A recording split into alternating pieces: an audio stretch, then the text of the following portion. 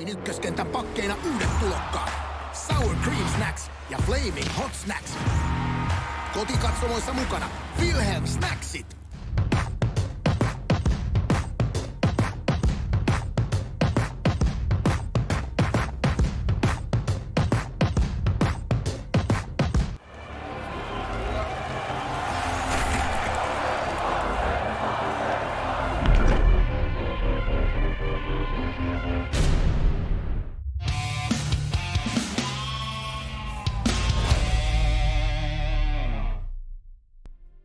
Hello, everybody, and welcome to this presentation of the ECL Elite Division Season 11 here on NHL Gamer, brought to you, of course, by Wilhelm. My name is Doogie, joined as always by my broadcast partner, One Sin for the win. And Sin, today, our last broadcast before our holiday break, so we wanted to get a little bit into the festive spirit, of course. Not the last broadcast, I should say, before the break. In general, we'll have more about that as tomorrow's broadcast and finish, of course, we'll still be here. So, hey, keep an eye out for that.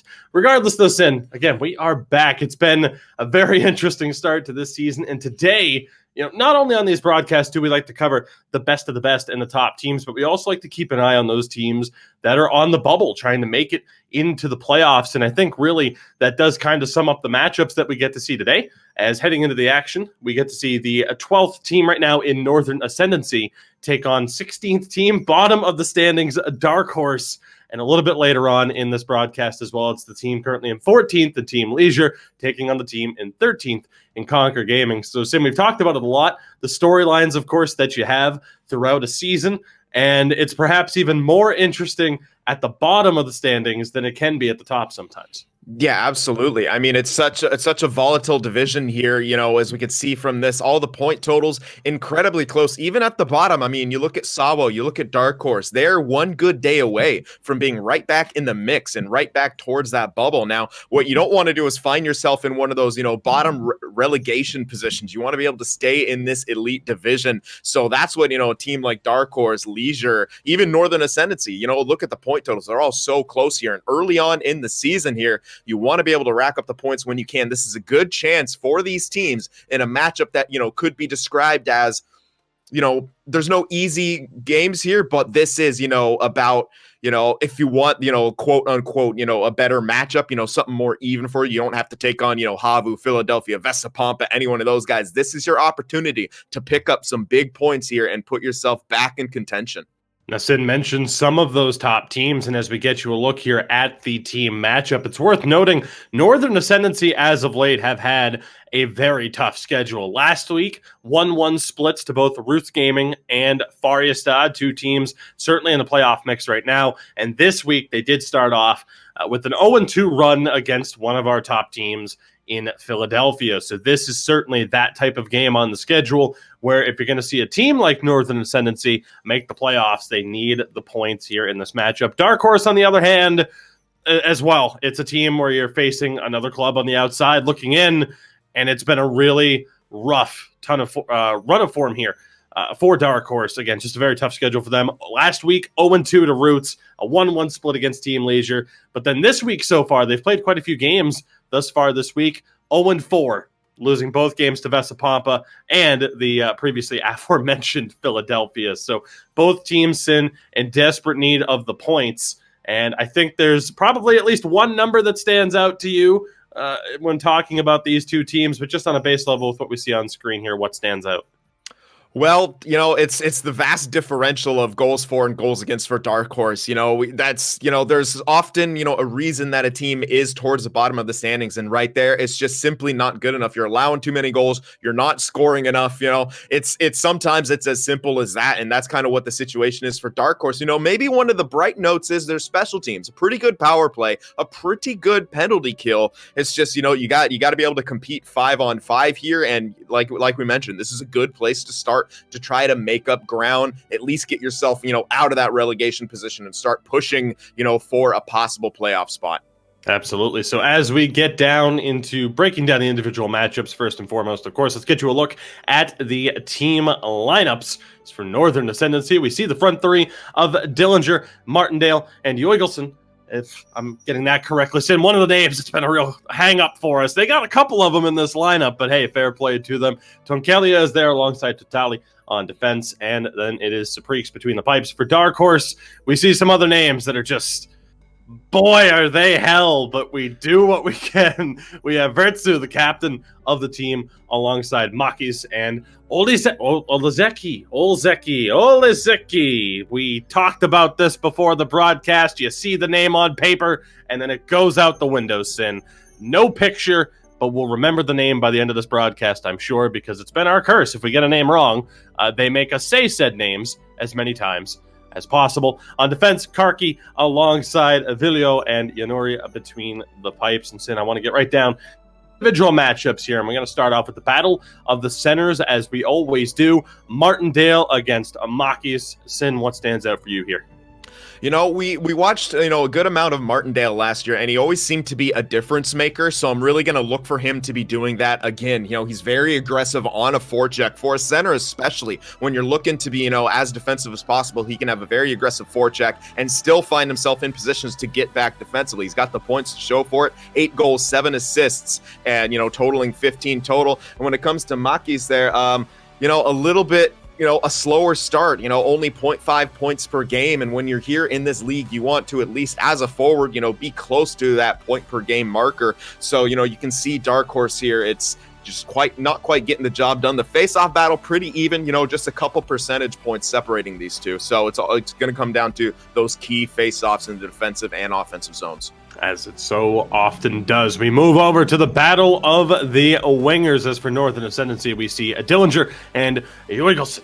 Of course, very impressive point totals there through the early stages of the season. And Sin on the flip side, once more again, the captain of the team in Vertsu alongside Olezeki, which intrigued to see how this plays out. Of course, right now, 4 points in 6 games for the latter. Not the most impressive total in the world, but of course, a few games at hand for everybody else that we see on screen here.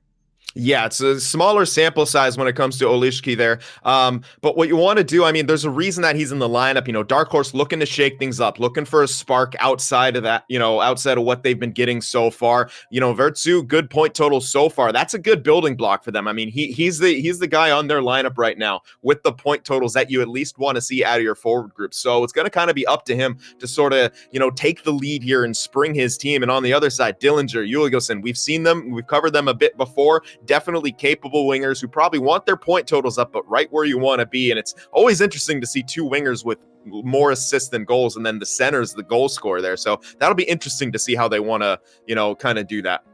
And then we move over, of course, to the battle of the blue line. On defense for Northern Ascendancy, Tonkelia alongside Totali. And, of course, on the flip side, Karki and Vilio. Sin, more defensemen that are capable, or defense people, perhaps I should say. But more defenders that are capable of putting up points from the blue line.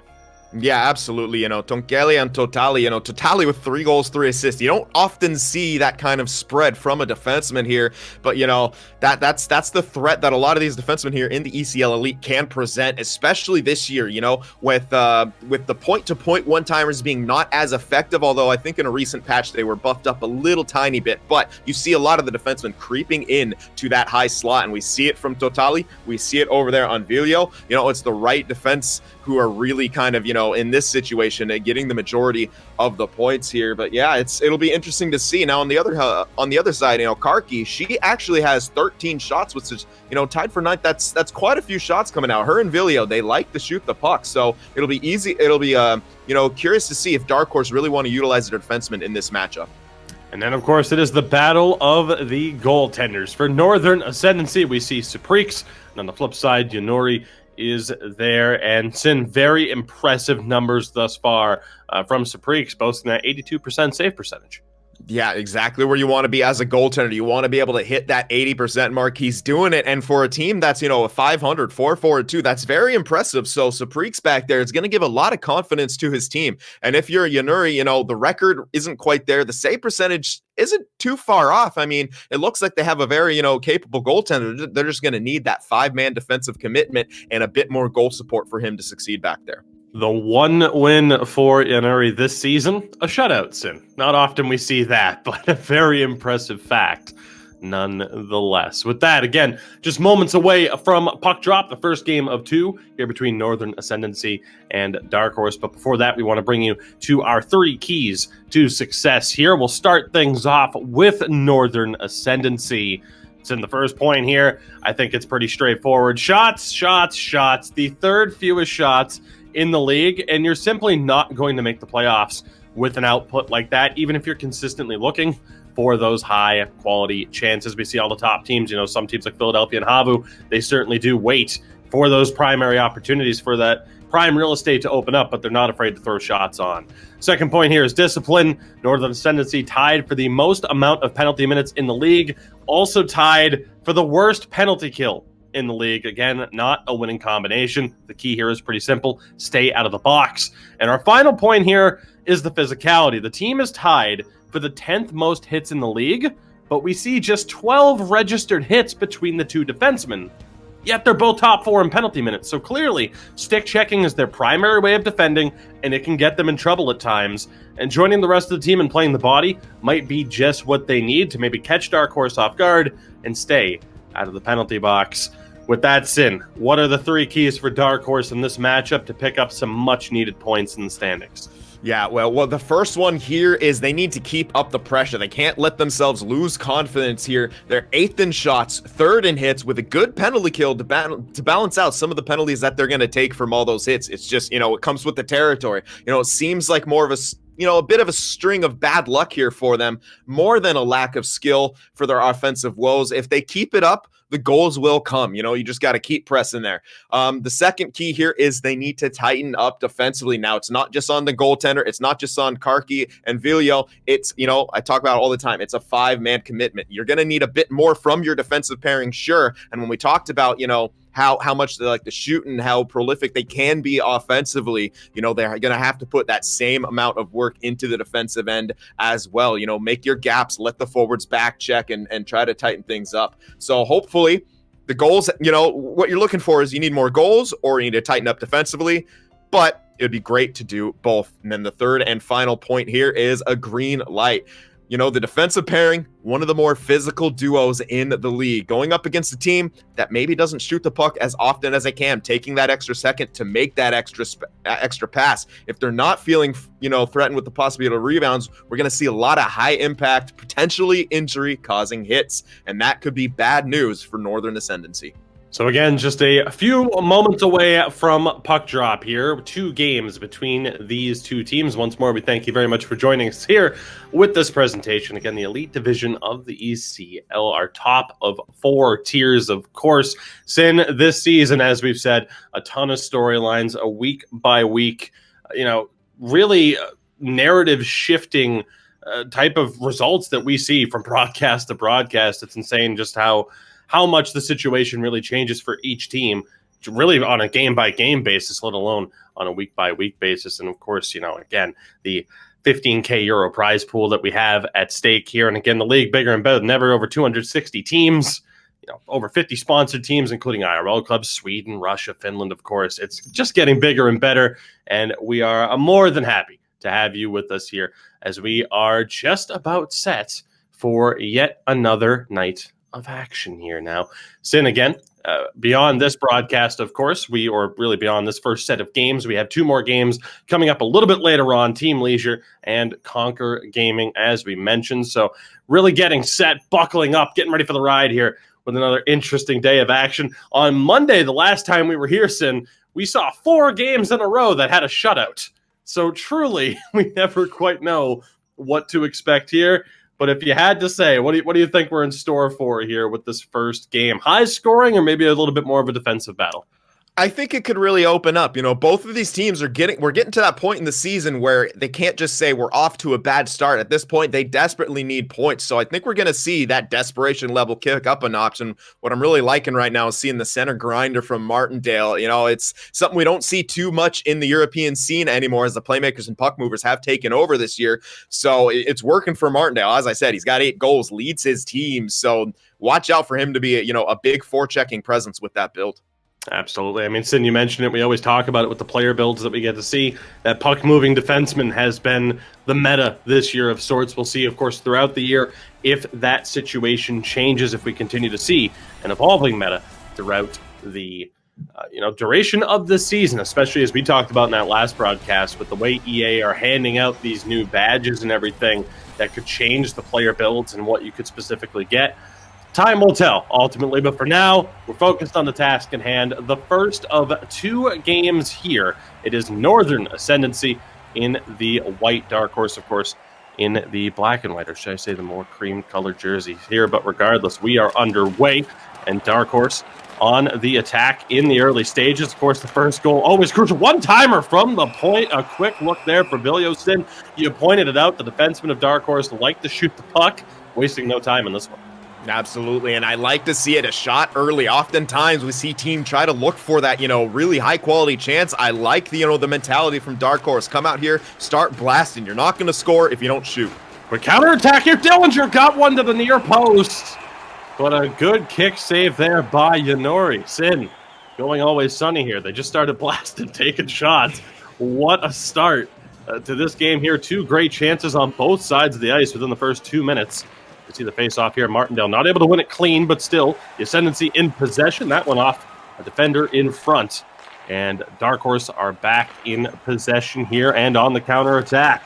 Through the middle. The odd angle shot there from Karki. She's just not able to find the back of the net on that attempt. Still once more Dark Horse back in possession. A turnover there, though. It's in pretty good pace to start this one. Absolutely. No real feeling out process. As we kind of predicted, both these teams desperate for points, desperate to get the edge early, and they're really forcing the issue here, taking that bit of extra chance, not clogging up the neutral as much as they like, although we see Dark Horse there doing a good job, and an errant pass does lead to an icing, so a big face-off right here for Dark Horse, so they can win another one, put some more shots on net. You never know in this game. Deflections, bounces, rebounds, anything can hit the back of the net. As the Ascendancy able to gain the puck here off the face-off, an unforced turnover there by Jorgelson. However, and again, Dark Horse back in possession. Sin talked about it, the face-off battle, how crucial that is going to be.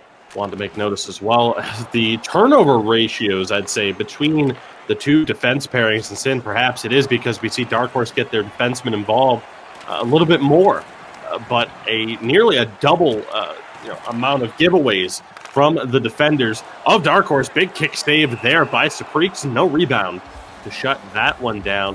But then again, when you often see teams maybe working the dump and chase or letting the defenders really kind of lead the charge, that is where we could see those higher giveaway ratios.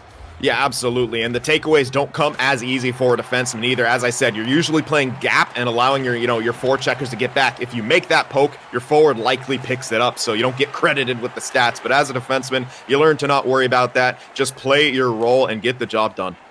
Good defense on display here once more by Dark Horse, limiting the amount of zone time. Having a little bit of trouble, though, timing it, getting over the line. As it's in those first 2 minutes, maybe not exactly a sign of what was to come here, as we have slowed down the pace just a little bit. The neutral zone play really amping up here.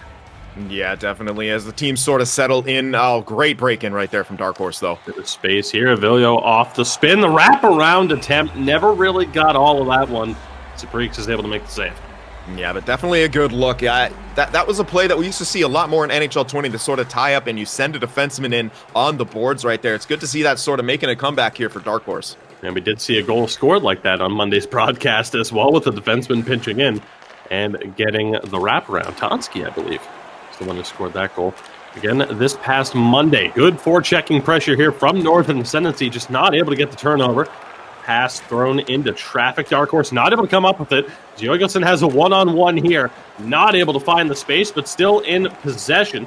Dishes it back to the point. D to D here. Totali pinching and tried to go across to Jorgelson, who's still fighting for it in front. Dark Horse, though, able to survive that scare. Maybe able to turn defense and offense here, although Vertsu, a little bit of contact, and it goes back into the neutral zone. But Sin, we kind of talked about it. Chaos in front of a goaltender not necessarily a bad thing as opposed to looking for those high-quality chances. Yeah, absolutely not. Getting the puck to the net, always a good strategy. And, with the way the bounces go in this game, and even with crashing the net, the jam plays can really have an effect, not just on the power play when you can outnumber your opponent down low, but really in any situation here. As we've seen Virtue almost with a little bit of trouble right there, weaves his way out of it, but a turnover right there. And then turnover once again, the neutral zone play really picking up, as you said. They're off the spin, and Sin, you pointed it out. Martindale, who was just in possession of it there, the captain and center of Northern Ascendancy, using that grinder build, might be able to force a few more of those turnovers, be able to catch someone with a smaller build. As a bad break there for Dillinger, just not able to get that pickup. But here comes Jorgelson once more, just not able to dangle his way beyond the defense. So the final 3 minutes to play here in the first period, the first game of 2 between these two clubs. And again, don't go anywhere. Buckle up. Just the first game of 4. So we'll see Team Leisure and Conquer Gaming going head-to-head in a quick 2-game set as well a little bit later on. We'll see once more the Northern Ascendancy having a little bit of trouble, Sin, trying to get over that blue line cleanly. Yeah, I'm not too sure if he got caught in an animation or if he was stopping at the blue line trying to slow himself down, and that's what triggered that animation. Nonetheless, rough break kind of there for Dillinger, who maybe could have gotten in there with some speed if that pass had come, just a couple milliseconds sooner. Dark Horse again trying to get over the line cleanly. They do on this attempt. Chance back up to the point, just wide on the glove side. Karki not able to find the back of the net on that one. Great moves from Jorgelson. Tried to pull backhand and just lost the handle. 6 seconds to go. Dark Horse with one more attack. Shot on, no rebound from Stufreaks, at least not into a danger area. So, Sim, we get to the end of the first period. Still scoreless in this one, but chances on both sides, despite that 5-1 advantage in registered shots for Dark Horse.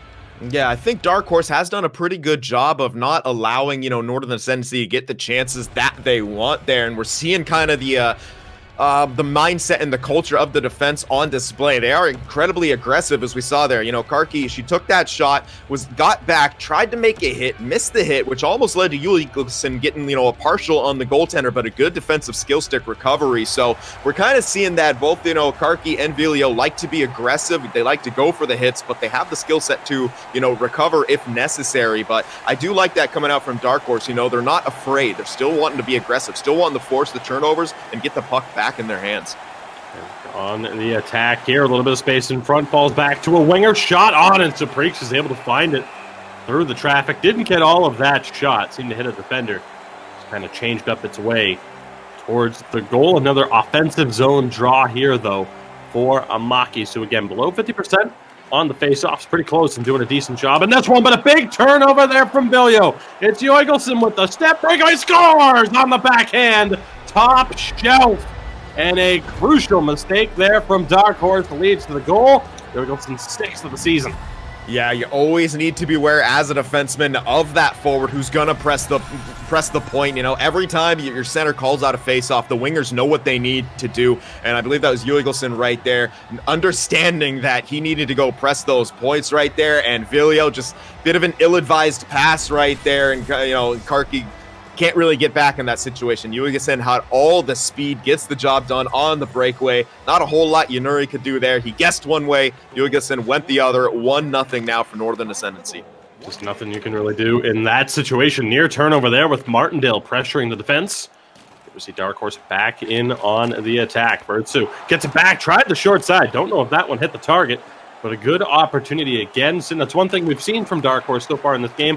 Not afraid to try shots from odd angles to test Supreeks. Northern Ascendancy, though, good chance there, but the pass picked off by Oleszki. And a chance now once more, trying to lead it through Virtue, but there's another turnover. Self-inflicted wounds for Dark Horse Tierson, as this one's going to go down for icing. Yeah, it's a good job from Northern Ascendancy to cut off some of those passing lanes and collapse around the puck carrier, but I feel like a couple of these moments, I think Dark Horse is passing a little too soon. They have a bit more ice to skate with than I think they do. So if they just, take a half second longer to make decisions, they would be in good shape. Space for Oleszki, has Virtue with him, tried to drop back to Maki's, just does not go. Good opportunities here, chance, and he draws the trip. Virtue goes down. And Dark Horse will be going to the power play here. Totali, the right defenseman of Northern Ascendancy, to the box. We talked about it, him being tied for first amongst defensemen in penalties taken. takes another one there. And that sets up a very interesting kill here, although Jorgelsson might have an opportunity here. Short-handed to step in. On the backhand, sends it across. Martindale just not able to get a handle on that one in front. Jorgelsson backhand scores! Short-handed goal for Northern Ascendancy. What a start to the second period.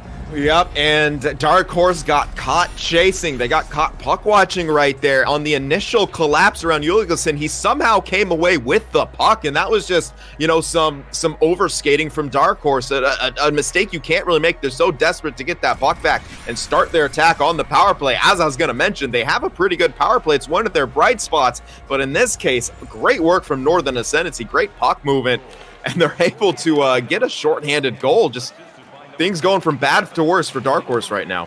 Northern Ascendancy with one of the worst penalty kills in the league. Supreek's able to stop that one. Actually entered gameplay today, tied with the worst PK in the league at just over 55.5% sin. They got a shorthanded goal here. That is a huge confidence boost, as you said, against a decent power play for Dark Horse. But they still have the man advantage here. The wrist shot on by Karki. And once more, showing she's not afraid. Put the puck on net. Something we like to see from defenders here in this game. As Martindale not able to clear this one. Perhaps a mistake here that they're going to pay for. Sent across. Loose puck still there. Dillinger able to recover. Not able to send it all the way out. Dark Horse again trying to keep it in, pinballing around the defensive zone of Northern Ascendancy, who are right back in on the attack. Although not for long, Karki's able to shut that one down. So no power play goal for Dark Horse. A shorty for Northern Ascendancy, and Jorgelsson nearly found his way through one more time. Very impressive performance from him so far in this game, as Dark Horse going to try to get something going here and really do need to find their way back into this one. Can't afford to go down 3. Shot on, rebound, loose puck just wide. May have actually hit the pad of Supreek's there. Second chance thrown in front again, trying on the far side. Just not there. Supreek standing tall. Martindale runs in to a little bit of trouble there, and there's a rough turnover. Dark Horse really putting the pressure on right now. Vertsu down low around the back, trying to find a little bit of space as Oleski, but nothing's there. Thrown back in front and again down low into the corner here. Oleski thrown on from an odd angle once more from Makis. It's just not there, but you have to appreciate the attempts in from Dark Horse. Yeah, absolutely. And I think they were trying to look for one of those, passes towards the middle of the slot. And it just simply wasn't there. Northern Ascendancy doing a great job of clogging the middle and not allowing any clean pass to get through. And so, that's what Dark Horse is forced into, those odd angle shots. And if you're doing that for your goaltender, Supreeks, he's going to have a pretty good day. As Dillinger just not able to pull off the move at the blue line. Offside call here with just over 5 minutes to play here in the second period. 2 goals in this period from the right winger of Northern Ascendancy. Of course, the blue icon over his head. Jorgelsson able to bury those 2, now up to 7 goals. 11 games played on the season, but Dark Horse still plenty of time to get back into this one. As Vertsu sends it down low for the opposing winger. And once more trying to find a little bit of space on the short side. Oleski just not catching Supreek's moving whatsoever. Tremendous positioning from the Northern Ascendancy goalkeeper in this one, Sin. Yeah, he's just right where he needs to be. He's trusting his defense and everyone really to cover those, pass options so he could just guard against the shot. That's pretty much exactly where you want to be as a goaltender. So Tali, and a penalty is drawn here. Not sure who it was, but a power play for Northern Ascendancy. Just what they need to get back into this one. It's going to be the captain, Vertsu, who takes the seat. Good chance here. Off this face-off play, perhaps. Errant pass, but still maintaining control. Totali over to Tunkalia. Tried to go back down low to Jorgelsson, and it just wasn't there. So 30 seconds gone on the man advantage here. Northern Ascendancy looking to establish a commanding 3-0 lead here in this game. They're not able to maintain offensive zone control. Great job holding up the blue line here from Dark Horse, but once more, the man advantage, Northern Ascendancy back in control. But, Sim, we've seen it a couple of times now, just trying to force those passes into the slot, and it's just not there. Yeah, I would like to see them, work it around the edges a bit more. Try to get Dark Horse moving. We've seen him at times sort of, panic moving around and running around. Chance here off the spin, thrown back in front from Martindale, and once more he can't get a piece of it. Vertsu, fresh out of the box, and with the step, cuts in front, big save by Supreeks. What a windmill display. That one-timer, and he scores! Marquis is able to find the back of the net, and Dark Horse are back in this one following a successful penalty kill. Huge goal for the center right there. You know, we talked about it in the pregame, but just 6 points in 12 games played. Needs to get himself on the board if Dark Horse wants a chance to start moving, getting their way back in this division, and that's a big goal coming out right there, bringing them within one. Great job by Dark Horse on the forecheck, a quick pass to the middle, a shot on net, and Supreeks couldn't get back in time for that one. As stellar as he's been so far, that one just beat him, and in the dying moments of the second, that's just a huge goal for Dark Horse. Second goal of the season for Makis, and a late chance here, throw him back across for Virtsu, just not able to get that one on. Shot is blocked by Oleski on the follow-up, who throws it in front, but it's too little too late. Time expires, so a huge turning point there, perhaps, as Dark Horse able to get a goal back here heading into the third. Yeah, and look at the shots, man. 14 shots for Dark Horse. They're just testing Supreeks from every which way. I do like to see that, I feel like sometimes teams are looking for a bit too much of a perfect chance, but for Dark Horse, I do like that they just keep shooting, and that's what you have to do. Again, sometimes you never know what's going to go in, and, on Northern Ascendancy side, while they do have the more goals, we mentioned it on that power play, maybe just forcing the middle a bit too much there instead of trying to work it around. Could be why their power play success is a bit low. You got to, spread the defense out before you try to get into that middle. So we'll see if they get another power play opportunity, they amend that and try to work it around a bit more. Opening draw goes the way of Northern Ascendancy, and they're laid down to just one now to tally. As well as I was going to point out, to tally for Northern Ascendancy, 3 goals there. You see him trying to defend. Very surprised on that power play. We didn't see them try to feed the point. Shot on, deflected in front, and it's in. It's Oleski able to find that one, 4th goal of the season, and sitting that quickly, we're tied. Yep, and the defenseman loved to shoot. That time it was Karki. She put the puck on net, and Oleski gets the deflection, and just like that, tie game here. Pointed out Karki, she's not afraid to throw the puck on. We like to see that from defenders in this game, and it makes a difference there. But here's Martindale down the other side. Pass over. Perhaps one pass too many. Trying to find Jorgelson there, who gets it down. Low shot just wide of the post. Dillinger going to want that one back. Huge opportunity. Goes to waste there. So suddenly, we are tied at 2 apiece. A 2-0 lead for Northern Ascendancy evaporates, and Dark Horse again, who enter play today at the bottom of the standings, showing that they're able to put up a fight, and that this season might not be lost, even though we're still relatively in the early stages there. The chance offensively goes to waste, and we'll see what Northern Ascendancy are able to do on the counterattack here. Martindale throws it in front, off the post, doesn't find its way in. A lucky break there for Yanuri and Dark Horse. Yeah, absolutely, and I want to go back a little bit to where Dillinger had that chance on the far side, almost tucked it home. Yanuri's positioning, I wouldn't say it's completely off, but there's been a couple questionable moments here in the early going, and that one, he almost paid for it. Oleski, bit of space here, scored the goal to tie this one up. Follow-up pass there from Makis, a little bit off the point. See what Northern Ascendancy can do. Jorgelson shut down. Well done there by Karki. Leads Dark Horse on the counterattack. Virtsu, big toe drag around the defender, throws it in front. And Oleski just not able to get a piece of that one, but good pressure here once more by Dark Horse. Not a full pinch from the defender. Good job there by Virtsu. Get back in front of that one. Captain gets it over the line, but quickly poked away. So Sim, we're seeing this one open up a little bit more. North-South game starting to establish itself. Totali tried to throw it back in front, and again, just too much traffic there, shutting down the slot. Dark Horse backing on the attack. Karki not able to find any space there. They do shut down the rush at least somewhat effectively, but Northern Ascendancy still in the zone.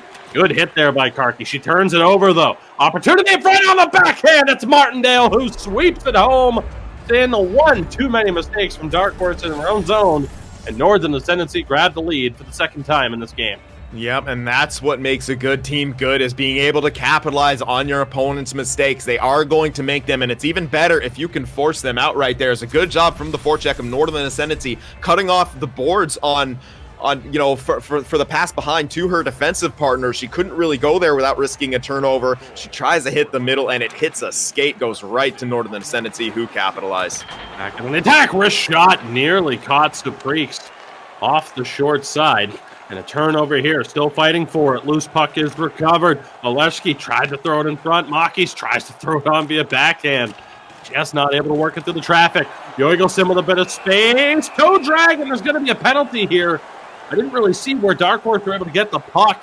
That is going to be, actually, there's a number change there, so I'm not quite sure who that is at the moment. Actually, it's Dillinger on the far side. So Sin, he tried the one-timer, thought the pass was coming, took the interference call, and what looked to be a great offensive chance for Northern Ascendancy turns into a Dark Horse power play. See what happens here. Puck down low. Totali able to get this one, trying to find Jorgelson. Of course, they do have a shorthanded goal in this game so far. Was Jorgelson there. Great physical presence here to try and shut down this Dark Horse man advantage. Pass across, accidentally intercepted by Virtsu. Goes back to Karki, and again now back down low, looking for space. 35 to go on the man advantage. One-timer from Karki, just not able to get it past Supreek's blocker side. The cut in front, loose puck is there. Vitali tries to slow this one down, but turns it over. Back in front again. Good follow-up poke check, though, to make up for the mistake.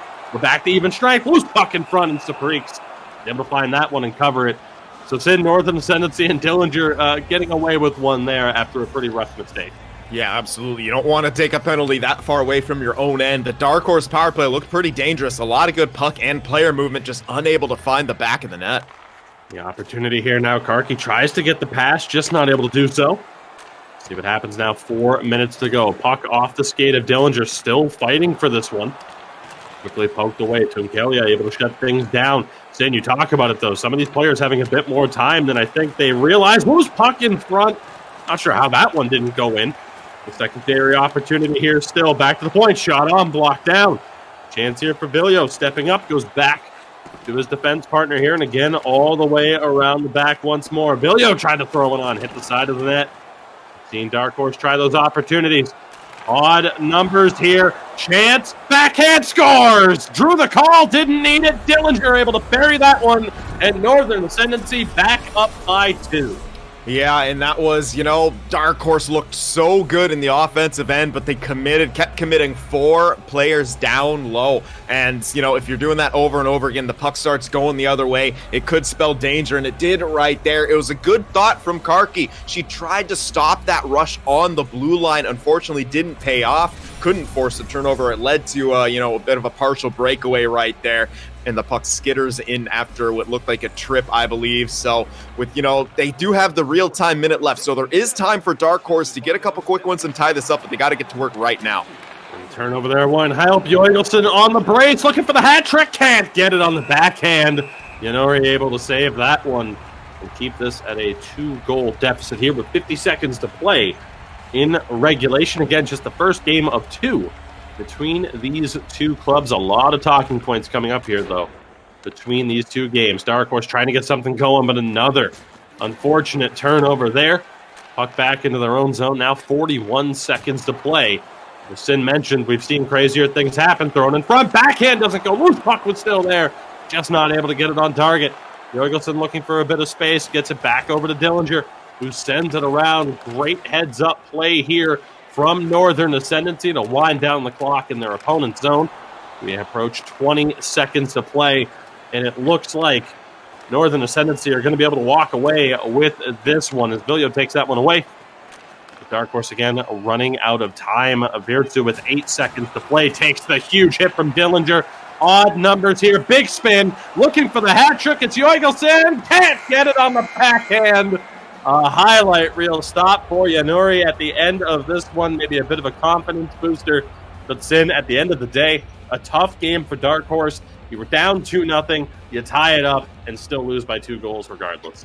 Yeah, that's just it's an unfortunate game for them, but what it really came down to is Northern Ascendancy was able to capitalize on the mistakes that Dark Horse made. Whether it was, the shorthanded goal against, that was just a cluster of mistakes, from the turnover to the chasing in their own end. And it can, when you're outnumbering people, you feel like you could commit more bodies to the puck carrier than you can, but if you don't force that away, you open up space all across the ice, and that's what happened there. And then the other turnover in their zone, it's just, it just seemed like every single mistake that Dark Dark Horse makes, which, wasn't a huge amount by any means, but each mistake that they made, it seems, ended up in the back of their own net. And it sucks when that happens, but, you got to try to clean that up for game 2, because Northern Ascendancy proving that they're a team who can make you pay, and they're good enough, to be a playoff team here, and they're trying to pick up the points here against Dark Horse. And so far, so good. But look at the time on attack. Dark Horse, no shortage of chances. They just, couldn't bury enough, and Saprix had himself a game. Looked very calm and confident in the net. Absolutely. And I mean, again, Sin, it's one of the things that we talked about here. And actually, I think it's the main thing I want to talk about here as we set the stage for this next game is the 3 points that we had for each team kind of played out the way we thought it might. So, in talking about Dark Horse with them getting the win, we talked about it, keep up the pressure offensively. They did that, and of course it did lead to success at times. You could argue, though, some of the mistakes ended up costing them, although I feel like most of the mistakes they made were either in the neutral zone or in the defensive zone, aside, of course, from the Wigglesome breakaway where he earned it off of that offensive zone draw. But for the most part, that idea of keeping up the pressure and getting those shots certainly worked. That's what allowed them to work their way back into the game. We did talk about them needing to tighten up defensively, which they didn't. So unsurprisingly, it cost them the game. And I think we saw it as well. Your third point there was, hey, give them the green light. They might have the opportunity to play a little bit more physical on the back end. And we did see that aggressiveness both in the offensive zone and in general with the physicality from the Dark Horse defenders, for better or worse, though. But I would say for the most part, we saw the time on attack there, like you mentioned, and the shot totals.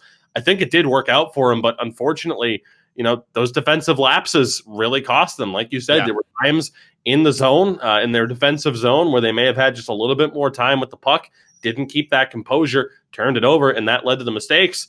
I mean, it's tough to think of, out of the 4 goals they allowed, Sin, what would we say? All but one, if not all 4, were, Dark Horse errors that led directly to the goal and the opportunity there for Northern Ascendancy. Just about, yeah. I mean, if you try to break it down like that, what we saw from Dark Horse is I'm actually surprised of the lack of scoring that they have so far this season with how good their offense is. It's mesmerizing. Now, the goals against makes a bit more sense. They're so in tune with their offensive pressure. They're so eager to get into that offensive zone that they were rushing those breakouts, that they're perhaps, being a little too antsy in that neutral zone, which did lead to the goals against. So, and I understand the frustration when you are that good offensively and you're simply not scoring enough goals. You start pressing, you start wanting to get there more, you start trying to keep beating your head against that wall and saying eventually it'll work. But then again, those defensive lapses are what cost them, and that's from just trying to force the play back in the offensive zone as quickly as possible, and not just taking your time in all 3 zones, which is the key to success in this league. You have to be able to be patient. Absolutely. And again, we talked about it. Entering play today, Dark Horse at a 1.5 goals per game average. Obviously, that average went up a little bit, but when you're allowing over 3 goals a game, and of course they allowed 4 in that one, it's just not going to work out mathematically for you, especially in a league that's this competitive. So switching now to Northern Ascendancy, and Sin, like we talked about, with those 3 keys to the game. Number 1, we told them to shoot more because they had the 3rd least amount of shots. They were outshot by Dark Horse, but like you mentioned, they capitalized on almost every mistake that Dark Horse made. So tough to say that they didn't exactly follow what we viewed as, hey, this could help you win in this one. The second one was discipline. And for the most part, I mean, they did take some penalties, but as we talked about, when you're able to score a shorthanded goal, that kind of offsets the mistake that you would have made there. And then we talked about it with the physicality, and I really do think that we saw the physicality, especially from the 3 forwards. I mean, we talked about they were tied for 10th in hits, but the defense doesn't really play the body that much for Northern Ascendancy. But I feel like we did see a little bit more physicality from the team in general there, Sin. And I wouldn't be surprised if that's what we see in this upcoming game as well. Yeah, definitely. I think both of these teams were physical. I think that Northern Ascendancy was just a bit better at picking the spots to be physical. They weren't going for those big hits at the blue line on the defensive side of things, which Dark Horse did a lot more. Sometimes it paid off, sometimes it didn't. It's a high risk, high reward play. But Northern Ascendancy, I think where it really paid off was their forecheck, and Martindale was, with that grinder build, he was a force out there. He was a menace, creating havoc, creating turnovers. You love to see that from a center, on the forecheck in the neutral zone, really, doing a good job to, defensively try to keep Dark Horse out of their end as much as possible and force the turnovers for offense for themselves. So more of the same for Northern Ascendancy. For Dark Horse, slow it down a bit, clean up those defensive zone mistakes, and you got a real shot here in game 2. Absolutely. So again, we are just about ready to go for the second game of 2 between these two teams. And again, as you're seeing on screen now, a shout out, of course, to our lovely sponsor at Wilhelm for helping make this season happen. One of these days, you will get the live on-air review of these particular snacks. Sin will destroy his throat with the flaming hot version. I will gladly take the sour cream version. So, Sin, what do you think it's got to be here for Dark Horse? Again, you talk about it. Dead last in the standings coming into play today. They really need these 2 points here, or at least a point, something to get momentum going. What's it going to be? Just a matter of, reducing those self-inflicted wounds, I'd imagine? I think a little bit, yeah, definitely, and maybe getting that first goal. I think they can relax a bit if they get that first goal. We saw them having to press, playing from behind last game. If they, get this first goal here, they could still up that, offensive pressure when the time is right, but they won't have to force it. And a big win here, shot on, and again, Supreek's able to handle that well. Perhaps maybe a bit more fortunate than anything, but the rebound control has been on point. The goaltender of Northern Ascendancy, who you see here in possession now. Almost old Mighty Ducks colors. Deflection, but from Martindale is there. The grinder in front of goal. Imagine that. Able to bang one home. And what a start there for Northern Ascendancy. Martindale, the leading scorer of the team, has another one. Yeah, and how's that for shooting more from different areas? A shot from the point, the rebound, and it goes their way. And if you're a Dark Horse, you got to be wondering, why isn't this working for us? We've taken plenty of shots there. It's just, when it rains, it pours. And if you're Northern Ascendancy, keep going back to the well. Great job, net front presence from Martindale there, getting rewarded with a goal. That is, the prototypical grinder goal, as you mentioned. And once again, Northern Ascendancy up early here. Dark Horse having to play from behind again. We'll see if they start to make some of those neutral zone and defensive mistakes now that they're going to be looking for offense with even more vigor. The picture perfect start here for Northern Ascendancy, getting that opening goal. And in the lovely blue and green here, and of course, Dark Horse. It's Martindale. Interesting. And interesting, Sim. We often, I think, look into those moments a little bit too often, but perhaps not. I'd imagine he'd be feeling confident, though, after scoring yet another goal. I think Dillinger was AFK right there, so I think Martindale was just playing back there and making sure nothing happened. Maybe Dillinger had to swap a battery pack or something like that, or maybe just wasn't quite ready for this game. Nonetheless, interesting to see here in the ECL with how much these teams want to win and prepare. Absolutely. Dillinger again trying to work the puck around quickly. Good movement from Ascendancy to get it into the zone here. They work it back to Dillinger one more time. Tried to find Jorgelson on the pass. Just not able to work it through. So again, Dark Horse, some bright spots here, but still failing to be able to really get a leg up here against Northern Ascendancy. And again, we see another self-inflicted wound there off the turnover. Dump a chase play here, and there is that aggressiveness, but it doesn't pay off this time. Jorgenson's going to go to the box for a trip, and a big chance here for that Dark Horse power play to go to work. Yeah, and that's the second time we've seen Northern Ascendancy take a penalty, nearly 200 feet from their own net here, and Dark Horse have to make them pay for it. Tie up off the draw, back to Karki, has to dish it off to Vilio, looking for space here. The defenseman really pinching in here, looking for space, just not able to find it. We'll see again if the Ascendancy are going to be a little bit aggressive here in a short-handed situation. Why not? It worked out before, as unfortunately from Kellyab just not able to hold that one in the offensive zone. But a decent job there defensively by Northern Ascendancy to really just collapse and shut things down. Yeah, and they've killed almost half the power play off for Dark Horse already, but a good face-off win will start the attack back the other way. Indeed, we'll see what Virtu's able to do. Drops it back to his defense here. Karki again. Good movement. Great play. Better save there by Supreeks. Dark Horse still in on the attack, though. Big hit. Loose puck. Shot scores! Vilio on the pinch in. Able to find the back of the net. Top shelf. His fourth goal of the season. A dangerous scoring threat from the point. And there we see why. Yep, and we're seeing why the Dark Horse like to take all those shots from in tight. You can pick those corners on a goaltender no matter what their positions are if that shot is good enough, and it was a great job right there, and Dark Horse able to capitalize on the power play when it seemed like for a minute they weren't going to, and Northern Ascendancy was just going to go all over them, maybe even pick their offensive zone, as we see right there. Supreeks got caught in the butterfly towards the middle of the net, sort of frozen right there. Great job from Vilio to take that shot, recognizing that situation, and Dark Horse have tied it up on the power play, which, as we mentioned in the pregame, is one of the bright spots of this team. They're special teams, and they get the job done right there. Huge goal coming out from the defensive Dark Horse. Dark Horse having to play from behind throughout the entirety of the gameplay that we've seen here in this matchup so far. We'll see now if they're able to, as I mentioned earlier, get a bit of a lead and be able to work with a chance in front. Supreeks denies, and a good block there. So Tali able to shut that one down, but Dark Horse feeling the offensive momentum right now. Sin, that is a rough look for Oleszki. He's going to want that chance back.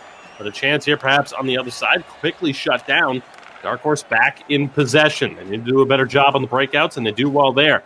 Birdsu has a couple of options and brings it down into the corner. Good puck movement, but quickly taken away by Jorgelson, and again taken away by the right winger of Northern Ascendancy. But a great job there for Dark Horse, but they get caught. Jorgelson spins back, tries to protect it. Pekarki, she got just enough of the puck, but still, you'd see Sin. Really, I think the key to this game might just be who gets the puck after these mad scrambles for the loose puck.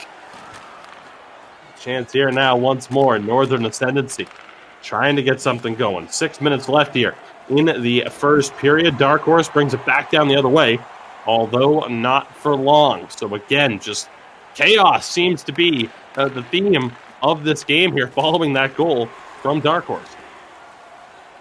See what they're able to do here now on this counterattack. Getting it over the line, turned over, Birdsu short side. Supreeks is there and able to make the saves. And we've seen that from Supreeks. Really, all broadcast, his ability to just hold the near side post doesn't cost him too often. Yeah, and he's really making Dark Horse have to rethink their shooting. I've seen a couple situations, namely that save on Oleszki, where usually you'd shoot the other direction, and he tested Supreeks on the other side. It just seems like Supreeks, with how good he's been, is making them have to rethink where they usually shoot. Jorgelson trying to dance around the defense, not able to find the space. Now under 3 minutes to go. Dark Horse in on the attack. Maki throws it through the crease. And again, perhaps a lucky break there for Supreeks and Northern Ascendancy, but they're back in on the attack. Jorgelson over for Dillinger, found Martindale, just not able to find the back of the net, though. Great chances here for both teams. We approach the final minute of play. Really, we've seen that back and forth action throughout the series. Martindale tries to take the hit to make the play, and he does. Gets it back to the point, but an unfortunate play there for Totali. You know, he didn't want a spinning backhand from the point, but space here. Wiggleson with space, breakaway, 4 seconds, scores!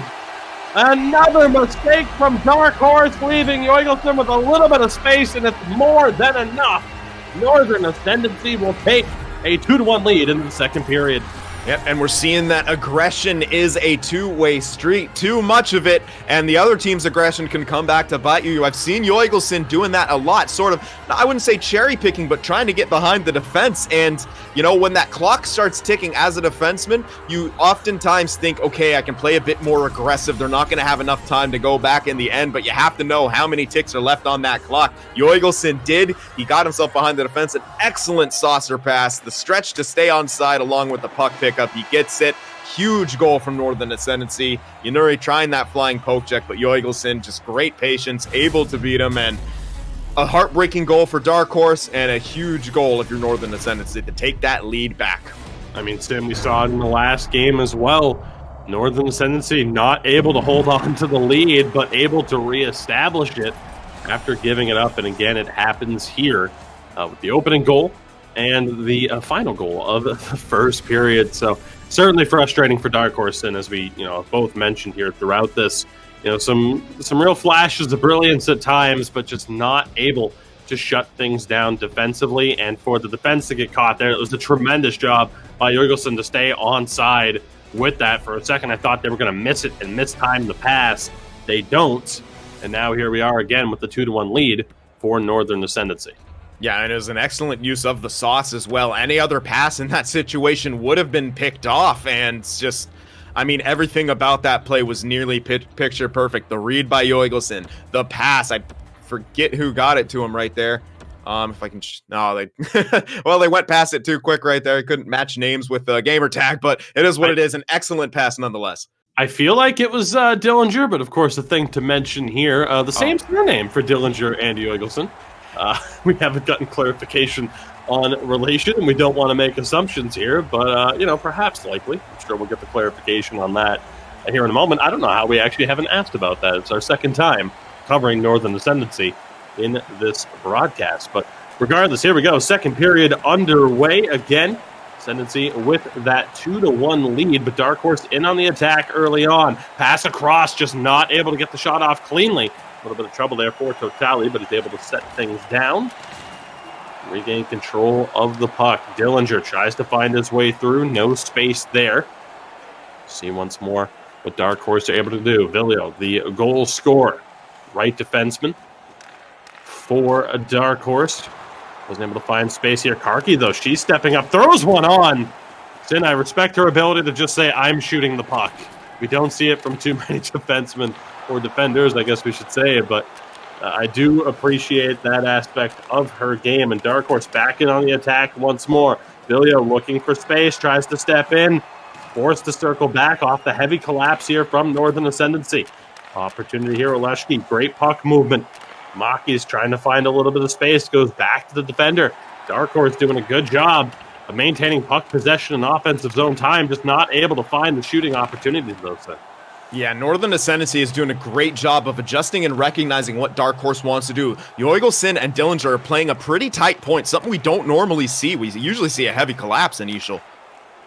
Again, Dark Horse back in possession here. Can they get anything going? The answer for the moment is no. Tunkelia in possession of it now, is able to shut down that rush. Good forechecking pressure there from Bertzu, or I should say back-checking pressure. But still, Joigelsson able to find his way through the spin. Loose puck in front. Ended up high to the, really towards the collarbone there of Yanori, despite being so in close. It'll be an offensive zone draw here for Northern Ascendancy. Yeah, good chance right here. Makis has done a good job in this game, winning some of these important draws, and able to come up with that one, though. Martindale was able to win it. Totali has it here. D to D. Looking shot on. A good deflection bid. Yanuri able to find that one, though, with no redirection. Joigelsson has it one more time. Northern Ascendancy looking dangerous, I'd say, on every rush. Although that one quickly shut down. Space for Oleski here. Not able to find anything, though. The opportunity once more going down the other way. Tremendous back and forth pace here between these two teams. Again, two teams currently on the outside looking in when it comes to the playoff structure. Good check there to break things up, though, and we'll see what they can do on this rush. The answer is not much, and forced to drop back. Settle it down one more time. You never know those 10. Really, with gameplay like this, it does feel like a goal could be just an instant away. Unbelievable there. Martindale just not able to find it. And Sin again with the fast action here. Like I said, it looks like, oh, okay, they're just going to, butt heads back and forth and not be able to find space, and then the goal could come at a moment's notice. Martindale again. Sin, I'm trying to will it into existence here. The way I'm talking is Joigelson's denied. Still, though, in possession. Northern Ascendancy slap shot. Loose puck in front. Trying to find a way to get it on net, but Dark Horse survived. Perhaps Virtsu can get something going the other way. Still able to maintain control, but again, just throws it in front. Perhaps some frustration from Dark Horse at this stage. Had that offensive zone time earlier. Couldn't get a shot. Martindale, great extra pass back, but no space for Dillinger. 3.5 to go. Dark Horse looking to get something going now down the other way. Errant pass. Sends it right back over to Northern Ascendancy, though. Big hit from Virtsu, just not able to get possession out of it, though. Great patience on display by Dillinger. Finds Martindale. Good work along the wall. Again, scrambling for it. Dillinger able to come up with a test on the near post, and it looked like Yanori nearly panicked out of position, but got back just in time. Yeah, that could have been a big goal for Dillinger. Almost had that short side, as you mentioned. Yanori started to kind of slide over the other way, corrected just in time to make the save. Big defensive zone draw win there for Makis. Final minute quickly approaching here. In a scoreless second period. Big hit again by Virtsu, stepping up that aggression. Oleski throws one on. Grabbed by the glove, I should say, of Stupreeks. Well done there. 33 and a half to go here in the second period. 8 shots to 7 in favor of Northern Ascendancy. Of course, Dark Horse had a pretty big advantage in terms of total shots in that first game.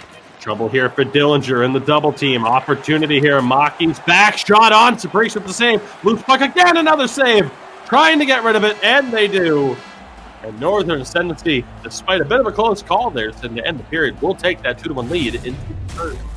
Yeah, and that was the case right there of Dark Horse, doing a better job of recognizing the time left on the clock, committing 5 players down low to try to force that puck home. They had some great chances, but we've said it time and time again, Sabriks is just on his game right now, making huge saves. His positioning, I wouldn't say he's ever been off so far, and man, I mean, just Dark Horse throwing everything they can at him and just unable to get the amount of goals that they probably feel like they deserve, and maybe even in many situations would get. But Sabriks is just making tons of saves. We're going to get another look at this sequence right here.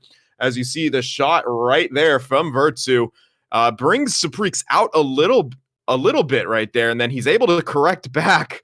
Looks like a block. 3 jerseys, though. I like it. 3 jerseys trying to block that shot. Yeah, I mean, that was a pretty crazy bounce is what I think they were looking at here as we see Yoigleson nearly killing somebody there as he threw the puck back into his own zone. His time expired. It's in 20 minutes to go. Dark Horse facing another 0-2. As a result here, of course, again, last week, just 1 win out of 4 games. This week, they're 0-5, looking at potentially going 0-6. They really need a goal here. Yeah, absolutely. And almost turned it over right there. Almost had a break for Yoigleson once again, but it was a good correction by the defense, and a double poke almost spelled more danger for him, but they were able to get possession back. Maleshki with a bit of space, not able to walk through. Totally loose puck in front. Danger pass there. Big hit, no penalty. We do see that step up. Skankalia, who's down, the pass from Dillinger. Yoigleson nearly able to walk away with it one more time. He has been incredibly impressive, Sim, with this forechecking ability. Not sure what build he was using if you got a look at that, but I'd be intrigued, of course, with what we tend to see. Pass across and a backhand on. Again, catch it, Sabriks up high. No goal there. Again, Sim, the rebound control on the build that Sabriks is using, really paying off here. No secondary chances for Dark Horse.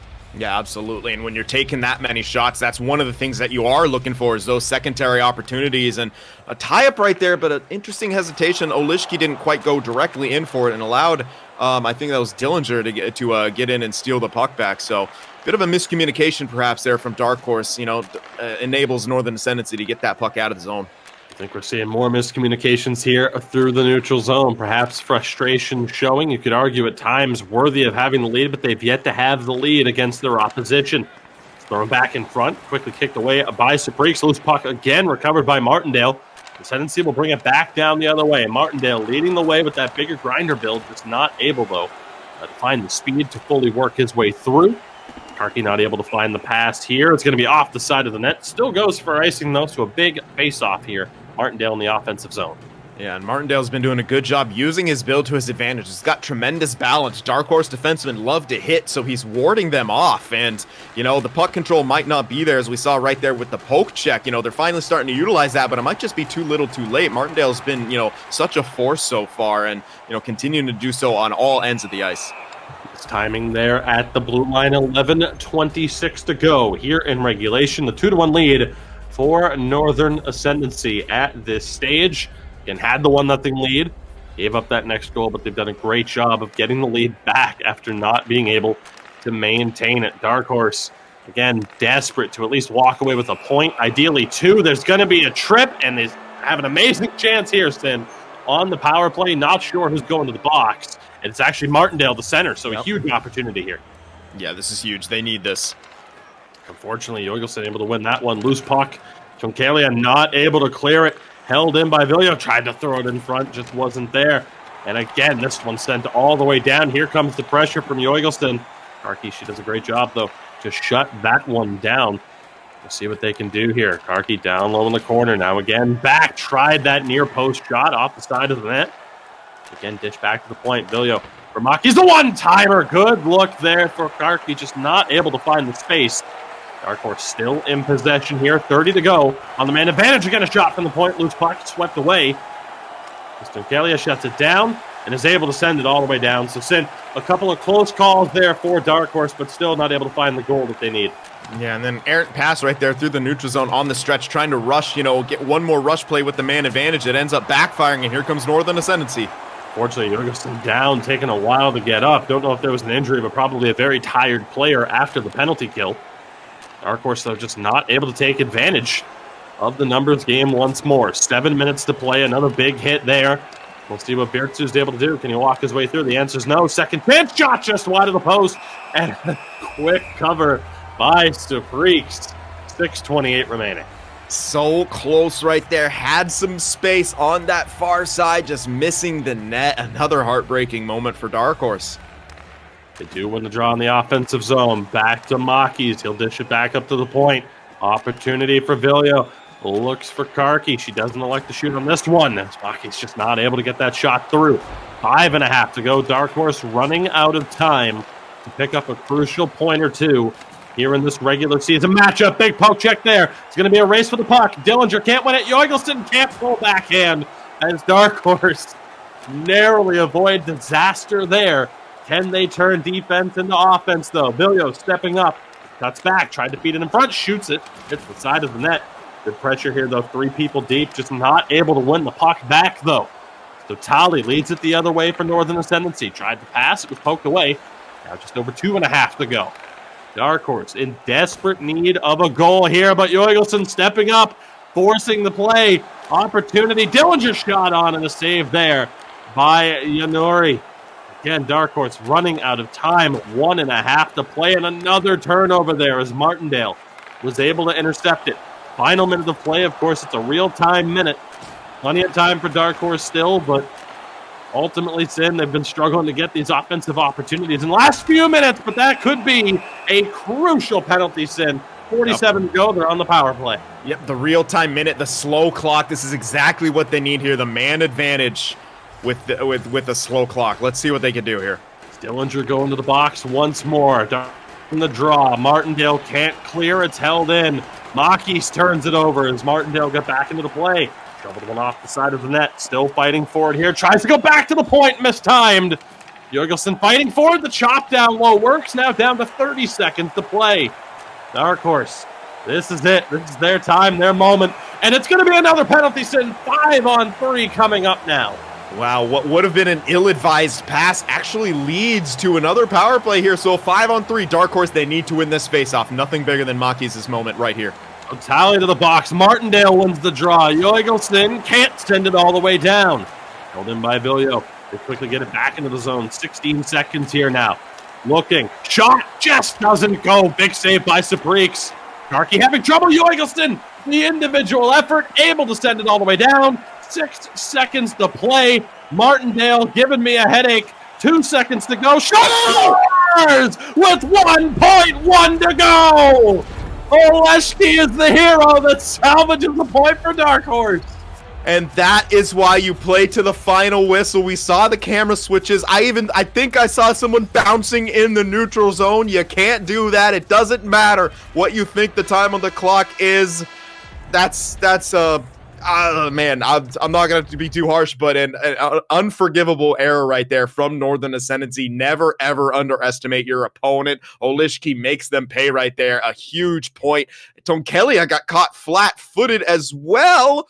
Oh, just over the shot block, just past the blocker. What a moment for Dark Horse right there, and a moment for Northern Ascendancy that they're just going to want to forget. Not what you want to do in the dying moments of the game right there. I think the argument there is that shot never should have gone over the defender, but Sin, like you said, the camera switches from Martindale.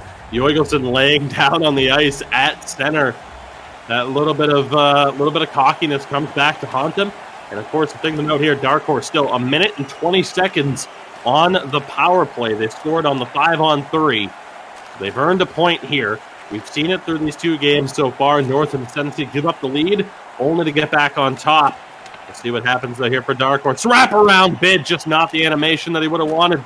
Second chance and an errant pass thrown back to the point. Interesting situation here. Loose puck in front of goal. Tried to go between the legs.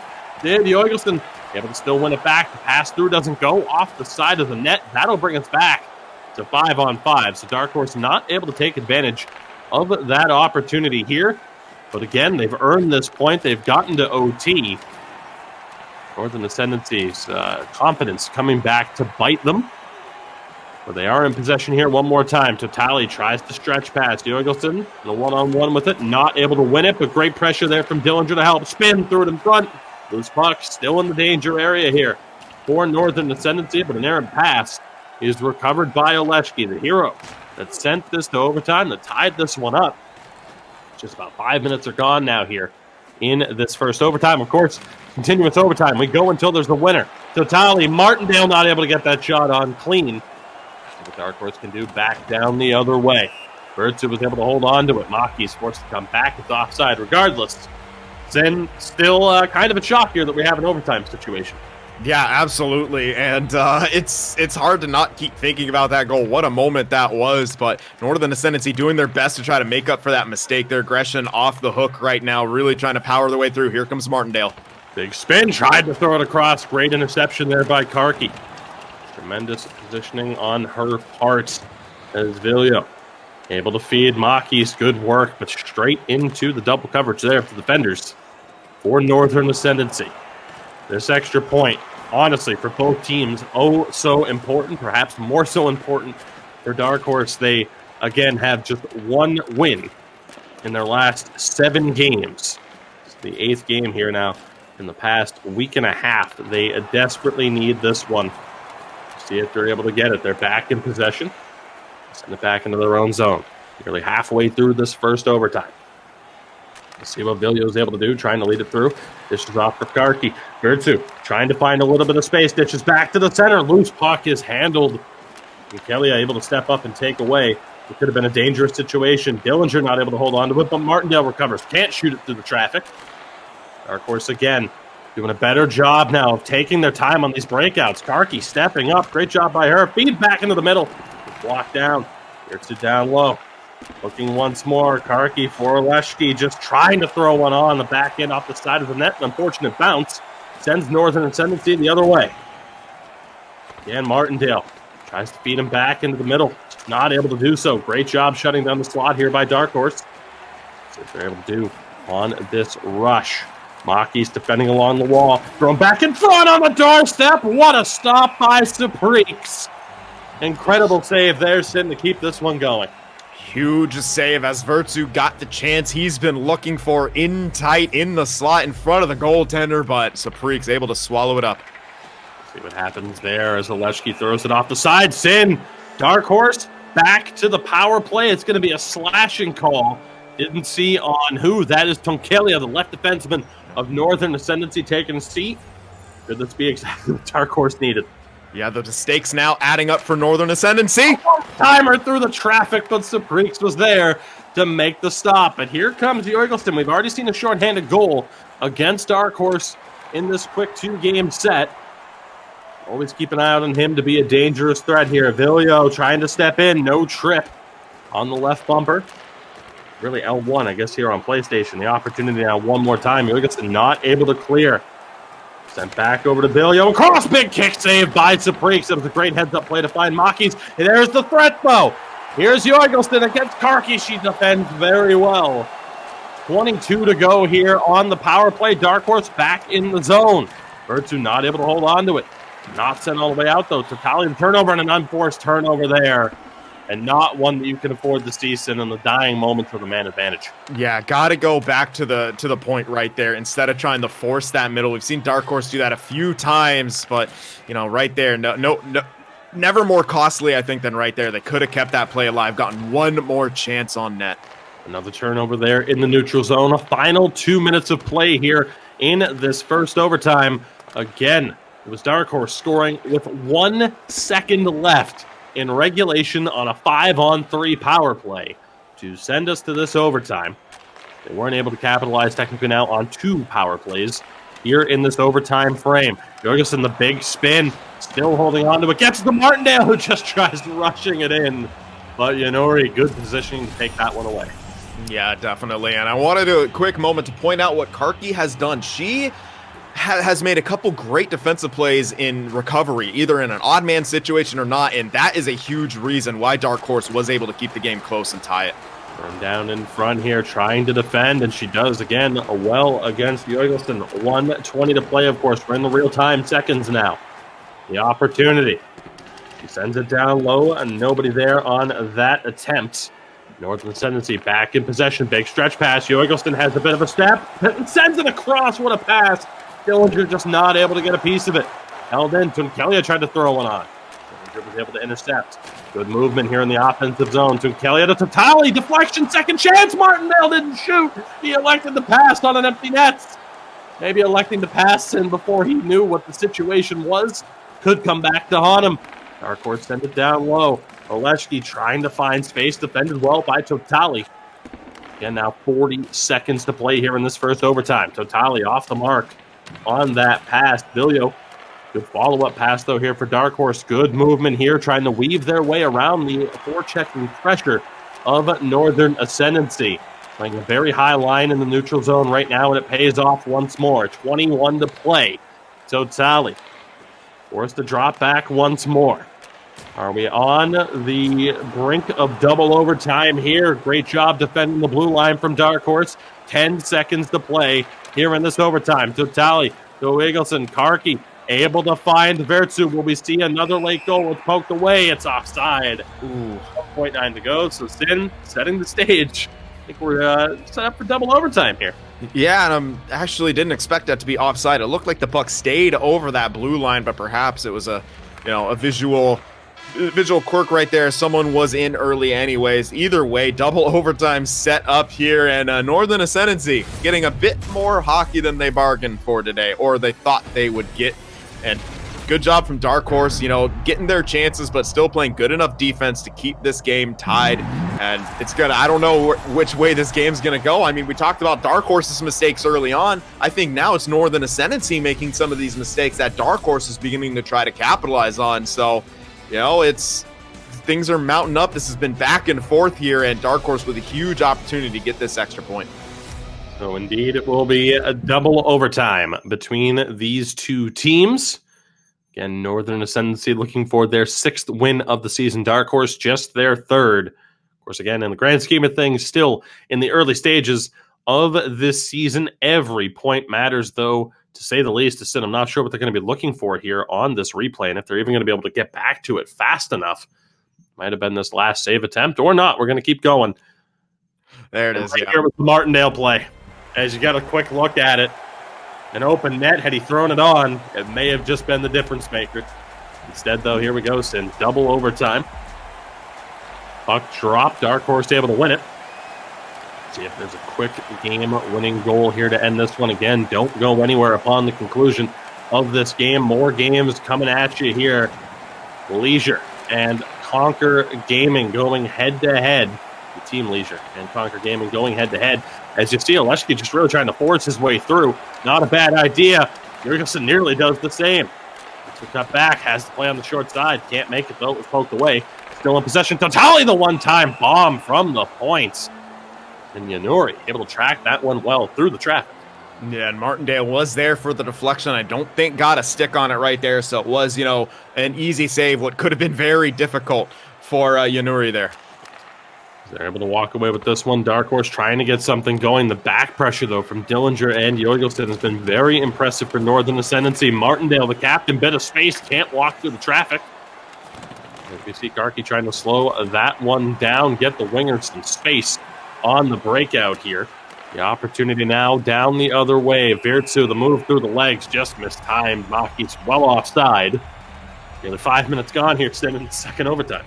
Yeah, and a lot more patience from Dark Horse coming off their breakouts, which is not allowing Northern Ascendancy to force some of those turnovers that they did in Game 1. A bit of space there, quickly taken away. Here goes Jorgelsson back down the other way. Triple coverage, no space. Opportunity here. The Tunkelia scores! The bomb from the point to the far side. And Northern Ascendancy will take the extra point. In not a bad way to score your first of the season. It's a game-winning goal in double overtime. Yep, and fortunately for them, they get to wipe their hands of that late mistake here in the third period, and doesn't come back to bite them. Dark Horse, unfortunately for them, only getting the 1 point out of a possible 4. A point's a point, but at the same time, you need wins if you're Dark Horse, and, unfortunate for them, some heartbreaking moments. Supreeks, really played his butt off, and it was a huge difference maker, I think, for Northern Ascendancy. Played his cheeks off. You're going to leave that on the table. Go for it. You take it now. I don't even know you anymore. Continue your point anyway. Apologies for interrupting. No, but as the series went on, I did like the adjustments that Dark Horse was making. The potential is definitely there. The execution just seems to be a little tiny bit off. Now, again, credit to Supreeks, who, again, as we mentioned, played fantastic. It's just, wow, as we're seeing that dodged everything. Unreal that didn't hit anything on the way in, but that's sometimes what it takes. It seemed like in that case, too, Northern Ascendancy was getting the better of the breaks throughout that. But, you got to be good to be lucky to be good. And if you're Northern Ascendancy, lesson learned, don't get too cocky towards the end of a game.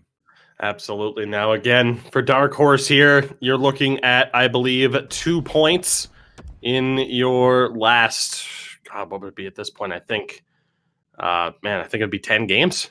I think it's 2 points out of the last 10 games at this stage. A very rough turn of events for them. They really needed, and I think had a great opportunity to walk away with more than 1 point in this series, just ultimately weren't able to do it. So we'll see, of course, as we continue on here, if they're able to battle their way back. I think, Sim, we talked about it a lot. Some interesting opportunities there. I think at times maybe unlucky.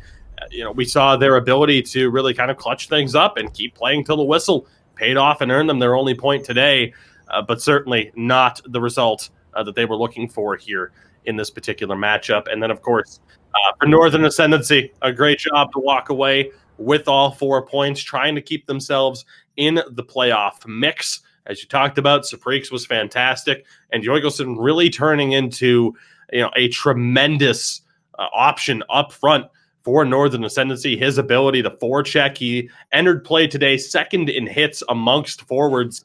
And I think we really saw why that was the case. That aggressiveness on display caused issues for the Dark Horse defense all night long.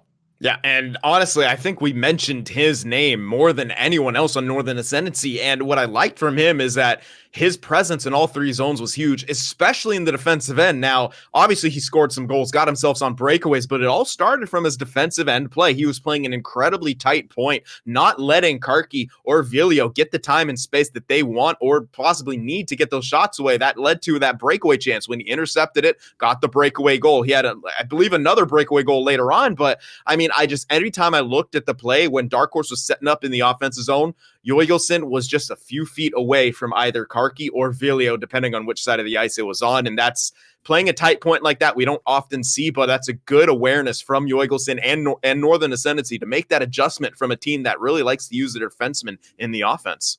So with that, we bring to a close the first 2 games of this broadcast. Again, we're not done yet, though. After a brief intermission, and we hope you'll stick with us. We'll be back with 2 more games: Team Leisure and Conquer Gaming going head-to-head. Very excited, of course, to see how that one plays out. 2 teams in a similar position, trying to work their way into the playoff structure again here in the ECL Elite Division, Season 11, brought to you by Wilhelm. Don't go anywhere. We will be right back. Parasta purtavaa kauden kovimpiin koitoksiin. Sour Cream Snacks ja Flaming Hot Snacks. Kotikatsomoissa mukana Wilhelm Snacksit.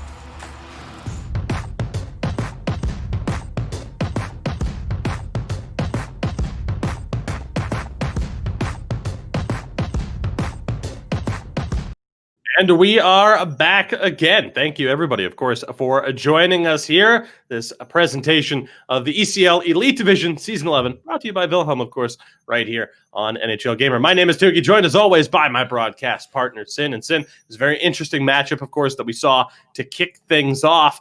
And that double overtime game has gotten us right to the point where we're going to be able to jump pretty much right down, right into business and get right down to business here, right into these next few games. Again, Team Leisure and Conquer Gaming, as you'll get a look at the, I think we have the updated standings here. If not, of course, we'll get a look at the individual team matchups here And indeed, you do get a look at the updated standings here. So right now, Team Leisure and Conquer Gaming 13th and 14th towards the bottom half of the standings. But of course, 8 points each. It takes 13 right now to make it into the playoffs to be in Roots Gaming's spot. Granted, of course, point per game would be a little bit different right now. So as we've talked about, a very competitive elite division thus far here through the first 10 to 15 games. Going to be very intrigued to see what happens with these two teams. So with that, let's get over to the individual team stats here. Again, Team Leisure 3-7-2 on the season against Conquer Gaming at 4-8-0. And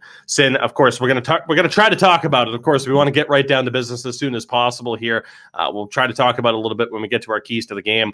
But of course, the big thing that jumps out here would have to be the goals against for Conquer Gaming. But let's go ahead and get you guys to look now at the individual lineups as well, or I guess the team lineups before getting into some of these individual breakdowns. As for Team Leisure, we say Krinke, Playmaker, SJ, and Profane Kiss up top with Frankie and Psycho Skills on defense, and RPH between the pipes, one of our key players to talk about in this matchup as well. For Conquer Gaming, it is Viltza, Yurtsik, and Titanov. That was one of the names as well that we knew we'd get caught up on, but a rookie this year that we have to talk about a lot more as well. On defense, Kapako, the captain, and Talonese as well. Uresti between the pipes. In some interesting matchups here. We're going to move things over to the battle of the centers.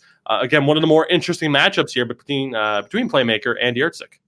Yeah, absolutely. I mean, the point total semi-comparable, but if you're Playmaker, definitely want to get a bit more, but the face-off's nearly identical, just a single percentage point separating the two of them. But if you're looking at Yurtsik, leading the team in goals, assists, points, but also in penalty minutes. So watch out for that discipline here. Moving over to the battle of the wingers as well for Team Leisure. Again, we see Krinke and Profane Kiss. It's Viltza and Titanov on the other side. And of course, we'll leave talking about the individual breakdowns here for a little bit later on, as well as we continue to see this matchup play out. The battle of the defenders now for Conquer Gaming. We see the captain once more, Kapako, alongside Talon Mies, and well, for Team Leisure, it is the captain of the team in Frankie, alongside Psycho Skills, some defensemen who are capable of putting up points, to say the least. And then, of course, the battle of the goaltenders. We see Uresti against RPH. And Sin, that is going to bring us to our 3 points for the game here. We're going to kick things off with Team Leisure, and I cannot claim credit for this pun, but the point remains. It's been a leisurely offense for Team Leisure. Just 13 goals in 12 games. Goes without saying, although I'm going to say it anyway. You're not going to be anywhere near the playoffs with the lack of scoring like that. Our second point here, and we said we talk about them, it's Atlas, it's RPH. There are bright spots for the team, but it's tough to say how difficult of a spot this club would be in if not for RPH putting this team on his back. This team has the worst offense in the league, but boasts the second best save percentage for a goaltender. So don't waste this titanic effort is our point here. And then our third point, it's not often we have to point out the same subject, but it is worth repeating. You need to score goals in hockey. Ice hockey, air hockey, bubble hockey, shinny, mini sticks, virtual. I think you get the point. Leisure apparently don't. If the point means goals, they need to score more often. Please score and make this a more interesting matchup. Sin, what do we have for Conquer Gaming? Well, for Conquer Gaming, the first one here is just try. It's the worst offense in Leisure going up against the worst defense for Conquer. And it seems like, something's got to give. Is some team going to start scoring? Will some teams start getting the puck out of the net? A minimal defensive effort just might be enough for Conquer to get the edge. The next one here is, we hear it so often from fans around the NHL and probably all hockey leagues, shoot. The second fewest shots in the league here, 12th in goals for. It's dangerous against a goalie as good as RPH to really kind of, not take a lot of shots. If you're going for quality over quantity, it might be time to just shoot the puck. And last but not least, here is the red hot rookie. Dyktonov here has had a very good start to the debut campaign. 15 points in 12 games, 6 goals with a 40% shooting percentage. But, as we mentioned earlier, maybe don't worry about the percentages, just shoot a bit more.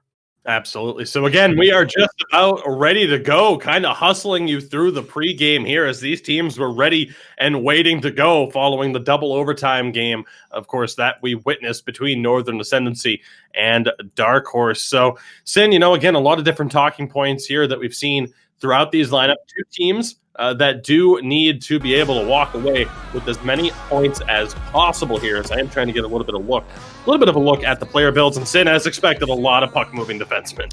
Yeah, and actually, we're seeing another build that we don't usually see. Two-way forwards for both Playmaker and Yurtzik. It's pretty much a mirror match. Two-way forwards in the center. Everyone else, a puck-moving defenseman. That's sort of what the meta is. You like the puck production. You like the puck handling, everything that the puck-moving defenseman brings, but also higher defensive awareness, better stick checking. And that, with this year and 21, it takes a lot more defensive awareness to intercept pucks. And you want that, stick checking to be up because pokes are just, that much more stronger than they were in NHL 20. Absolutely. So again, we are just about ready to go. The first game of two between Team Leisure, you see them right there, and Conquer Gaming in the white, the ECL Elite Division Season 11. Brought to you, of course, by Wilhelm and their lovely snacks. Hopefully you find some in your stocking if you are so lucky this holiday season. Sin, we are just about ready to go. Feels like we barely got a chance to catch our breath after a double overtime game. And here we are back again. Puck drop, first period. This game is underway. Let's see what happens here in the opening stages. Leisure on the attack early on. I'm sure we won't make too many mistakes in the name calling. And by we, I mean me. Let's see how this one plays out for us. Sim, what do you expect to see here through the opening 5 to 10 minutes or so of this game? Well, if I remember correctly, Leisure, formerly the Brace Phantoms, they like to do a lot of those odd angle one-timers higher in the zone too. And while there can be less likely to score, it is, good shot opportunities here. So I'm wondering if they're going to be able to sort of capitalize on a bit more of these here against Uresti. They nearly found a bit of space there in the early stages. Good intercept here by Titanov. Again, the green icon for Conquer Gaming in the red and white. Keep an eye on him. He has the puck here. Throws one on. Found its way through and a big kick save there by RPH. Very excited for this matchup. The goaltender for Team Leisure, of course, in possession right now against that rookie on the other side in Conquer Gaming. Very, very excited to be able to cover these two. It's a very strong head-to-head matchup, not to just isolate Titanov against Vilca and Yurtzik, his fellow forwards there for Conquer, but again, it's always exciting to find a rookie being able to put up some big numbers here in the Elite Division. Of course, we've seen it in the past as well, and here he is one more time. Titanov down low in the corner, goes around the back. Conquer in possession. Yurtzik, though, takes the big hit. Profane Kiss making the play. Here's Psycho Skills. The defenseman stepping up in possession now. Loves to put up points from the back end. Big save, tapped in. Cricket able to drag that one home from behind the goal line, and Team Leisure strike early. Yeah, and that was a great play from Team Leisure right there, and that's, those weird one-timers, the weird in-tight shots, that really seems to be what their bread and butter has been a lot of the time, and it works out right there. The pass back, the shot, and then kind of finds its way in on what you thought was a puck pickup. Might have just bounced in as well. I'm not too sure, but either way, doesn't matter. In the back of the net for Team Leisure, and you need goals. Well, you got one right there early in the first. Absolutely. Unassisted on the play, since, like you mentioned, there was a little bit of extra contact there. Following, again, the right defenseman for Team Leisure. Yellow icon, he has it now in Psycho Skills, who enters play today, tied for third in assists amongst defensemen, tied for fourth in points. So loves to be able to step up and drive the play, and it helped work out there. But here's Conquer, shot on. Second opportunity goes away. And a shot from the point from Kapako, not able to find its way through. Leisure backing on the attack, but again, Paco able to step up at the blue line. Going to be intrigued to see just how aggressive the defensemen happen to be. But a chance here for Conquer now. The windmill and a chance taken away by Psycho Skills. Not just an offensive defenseman. Able to make a pretty good play there. Good stretch pass. Finds its way to Playmaker. He'll dump it around. Loose puck is recovered. A near hip check there. Big stretch pass. Quickly turned over though. Playmaker. It's been called it out. He's the two-way forward. Build you don't see all that often. Paid off there, but no follow-up attack. Vilca drops back for Kapako. Now again, it's the centerman Yurtzik trying to send it down low. No space. It's Conquer right now. They've gotten a couple of good looks, but haven't really found that sustained offensive pressure. About 5.5 minutes now to go here in a very fast-paced first period between these two teams. And Sim, we've called it out in other broadcasts, but used to be, a 5 to 10 minute feeling out process. A lot of teams just going for it in the early stages of these games. Conquer with a chance here in the offensive zone. Going to be held in once more by Kapako, thrown in front. Loose puck swept away. Second chance on the one-timer.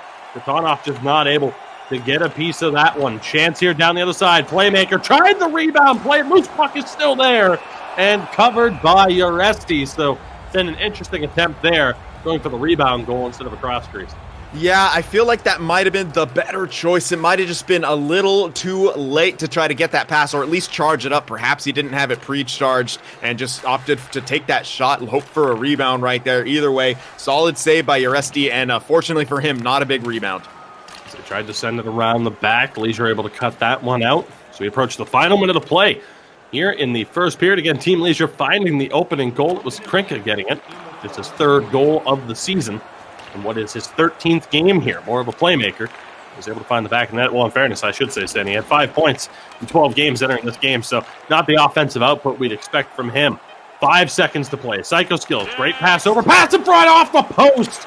From the sound of it, second chance and a big save by Uresti. Good heads-up play from Team Leisure to get that final chance there from Psycho skills, but Uresti able to come up with a couple of big saves, although it's going to be RPH on the other side who gets the highlighted play of the period. Sin, kind of surprising. Just 1-0 here. Great chances for both sides. Yeah, and we're really seeing that Team Leisure offensive strategy come to play here. Very different than a lot of teams who like to try to, get inside. ASAP Team Leisure, no problem with, working the perimeter, and that's kind of always been their bread and butter here. And, as of right now, they're not scoring a ton of goals, but we saw just how deadly it could be when you're working that outside, getting those one-time chances.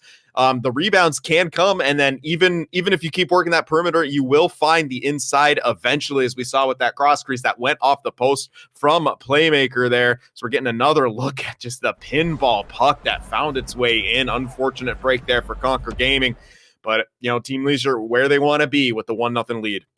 A highly unfortunate set of bounces there if you are Conquer Gaming. We'll see how they're able to respond here. Second period just about underway. Again, the first game of 2 between these two teams here. We'll see how this one starts off if that fast and furious pace continues. Conquer in the early possession. Not able to hold that one, though. It's an early offside. That's then, of course, an interesting thing that we talked about. We didn't get to talk too much about it, but Conquer Gaming, the worst defense in terms of goals against per game. Defensively, they haven't looked too unstable to this point, but obviously still not what they were looking for, giving up that opening goal against the team in Leisure, no pun intended, that have had the worst offense so far. Yeah, it's definitely sort of the battle of the opposites, and when it comes to this, the mirror match type thing, something's got to give. From Kapako. Another shot from the point, and RPH is there. Fantastic positioning from him. Again, the goaltender for Team Leisure enters today with the second highest save percentage in the league, despite a 3-6-1 record. Just shows where Team Leisure have been so far. Conquer right back in on the attack after winning that draw, not able to maintain possession. Profane Kiss leads it down the other way, tried to send it around. Paco doing a great job in defense, had assistance there from Vilta. Let's see what Conquer Gaming are able to do down the other way. Missed timing and entry. Try again here. Off the reset. What a step up there from Psycho Skills Sin. Always a very interesting defenseman to watch. He has the puck now, likes to put up points. He's physical. Very fun player to watch. Yeah, and that was 2 big hits in a row from Team Leisure. And look at that break-in. So clean. Woo! The opportunity there. Profane Kiss just not able to find that one through. And Sin, maybe we've discovered the root of Conquer Gaming's issues. Sometimes just giving up zone entries a bit too easily. Yeah, little lax right there, but that just goes to show you how strong Team Leisure can be with their timing. I mean, it's almost a similar strategy to their offensive zone. They sort of work it around, a lot of puck and player movement, then all of a sudden, boom, they strike. Good movement here. Yurtsik drops back to the point. Defenseman trying to step in, no space there. Talon needs to find the passing opportunity. Here comes Team Leisure back down the other way. Playmaker SJ looking for a bit of space, goes back to Psycho Skills, dishes it over to the wing, holds it in the corner. Couple of options, goes back down low, cycling around the back of the net. And again, holding it down low. Pass over, just no space for Krinka to find his second of the game. And here come Conquer with a burst of speed. Opportunity to trip, and it's in! No penalty shot needed. Unbelievable there. It's the right defenseman, Talonby, stepping up and finding the back of the net for his third of the season.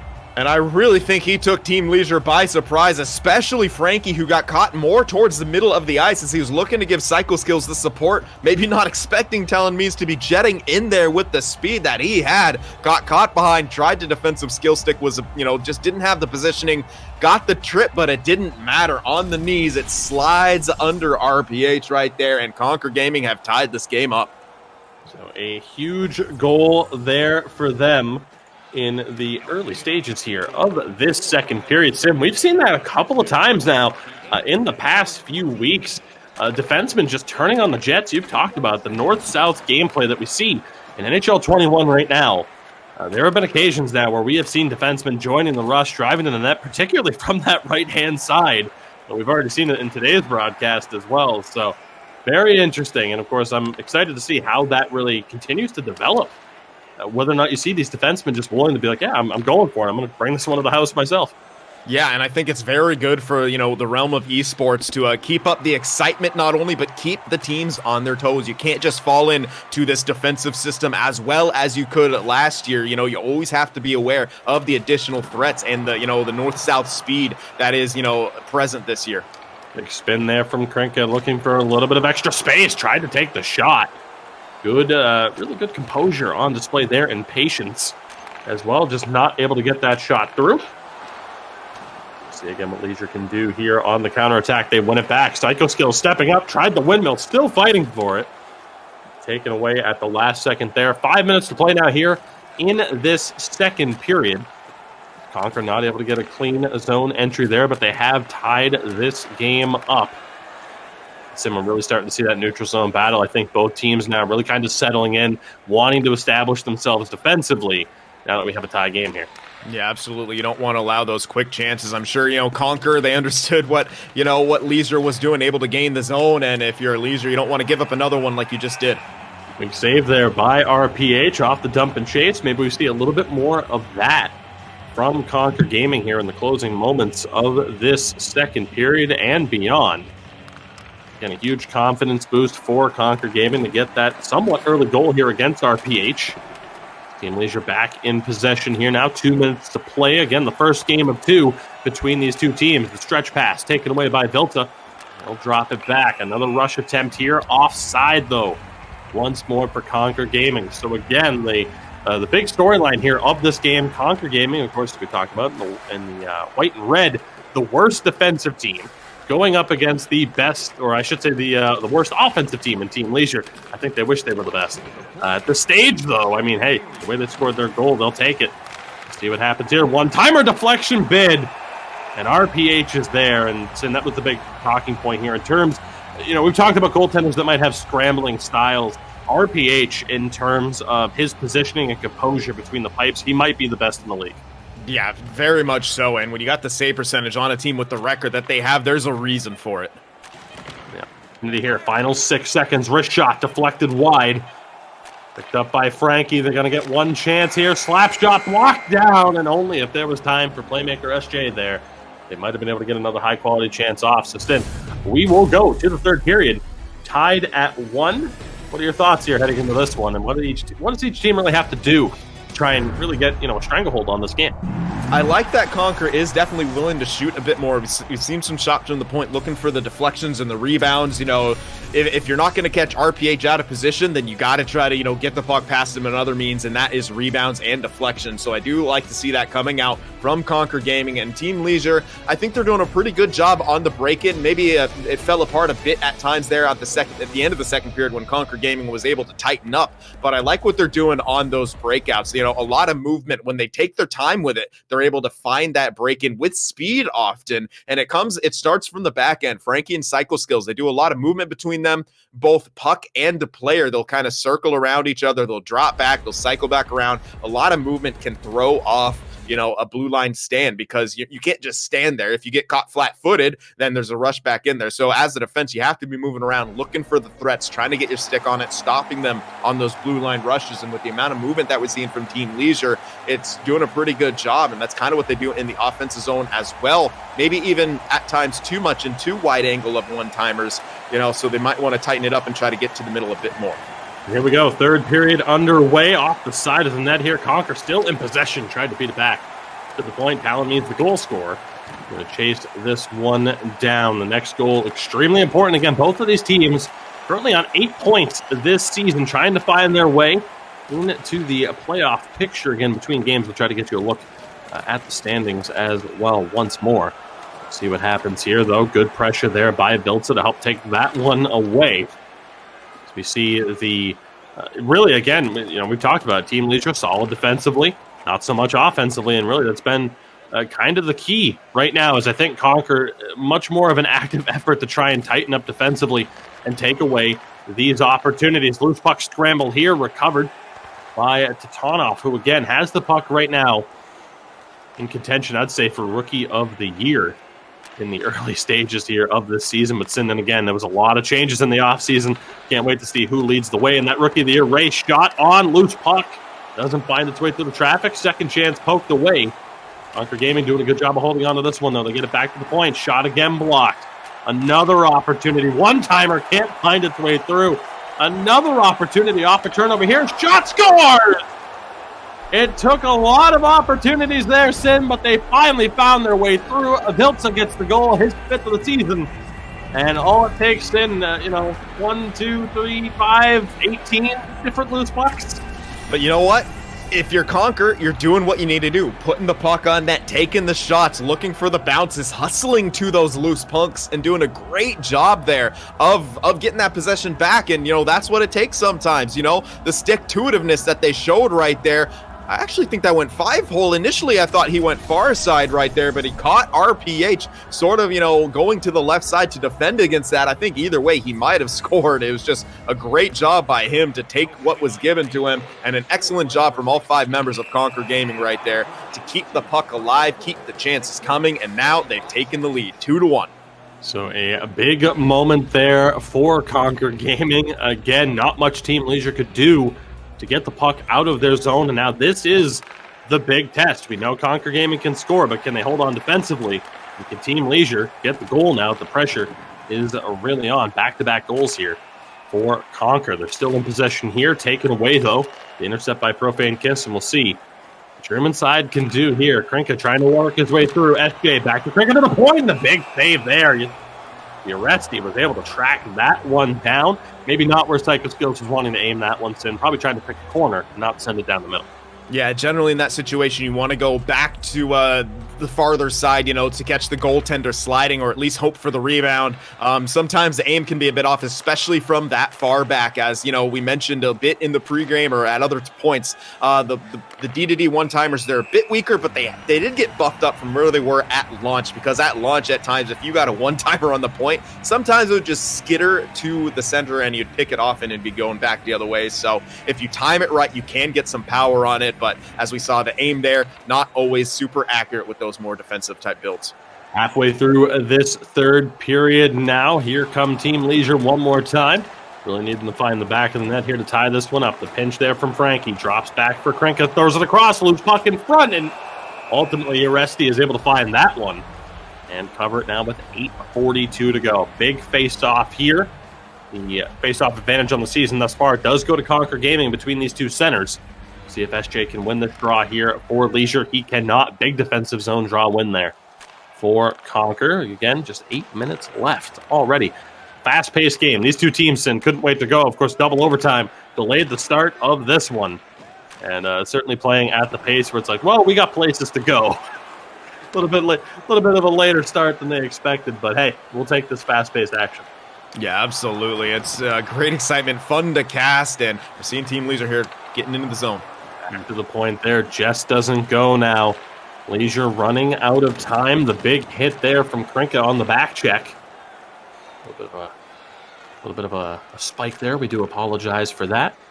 Doing what we can, though. Moving on here now. And again, Team Leisure back in possession, but under 5 minutes to go, Sin. Again, the downside of that quick back and forth action, the time winding down is probably going to feel like it's winding down that much faster for the team that is trailing. Here's Tatanov trying to work his way through, just couldn't find space.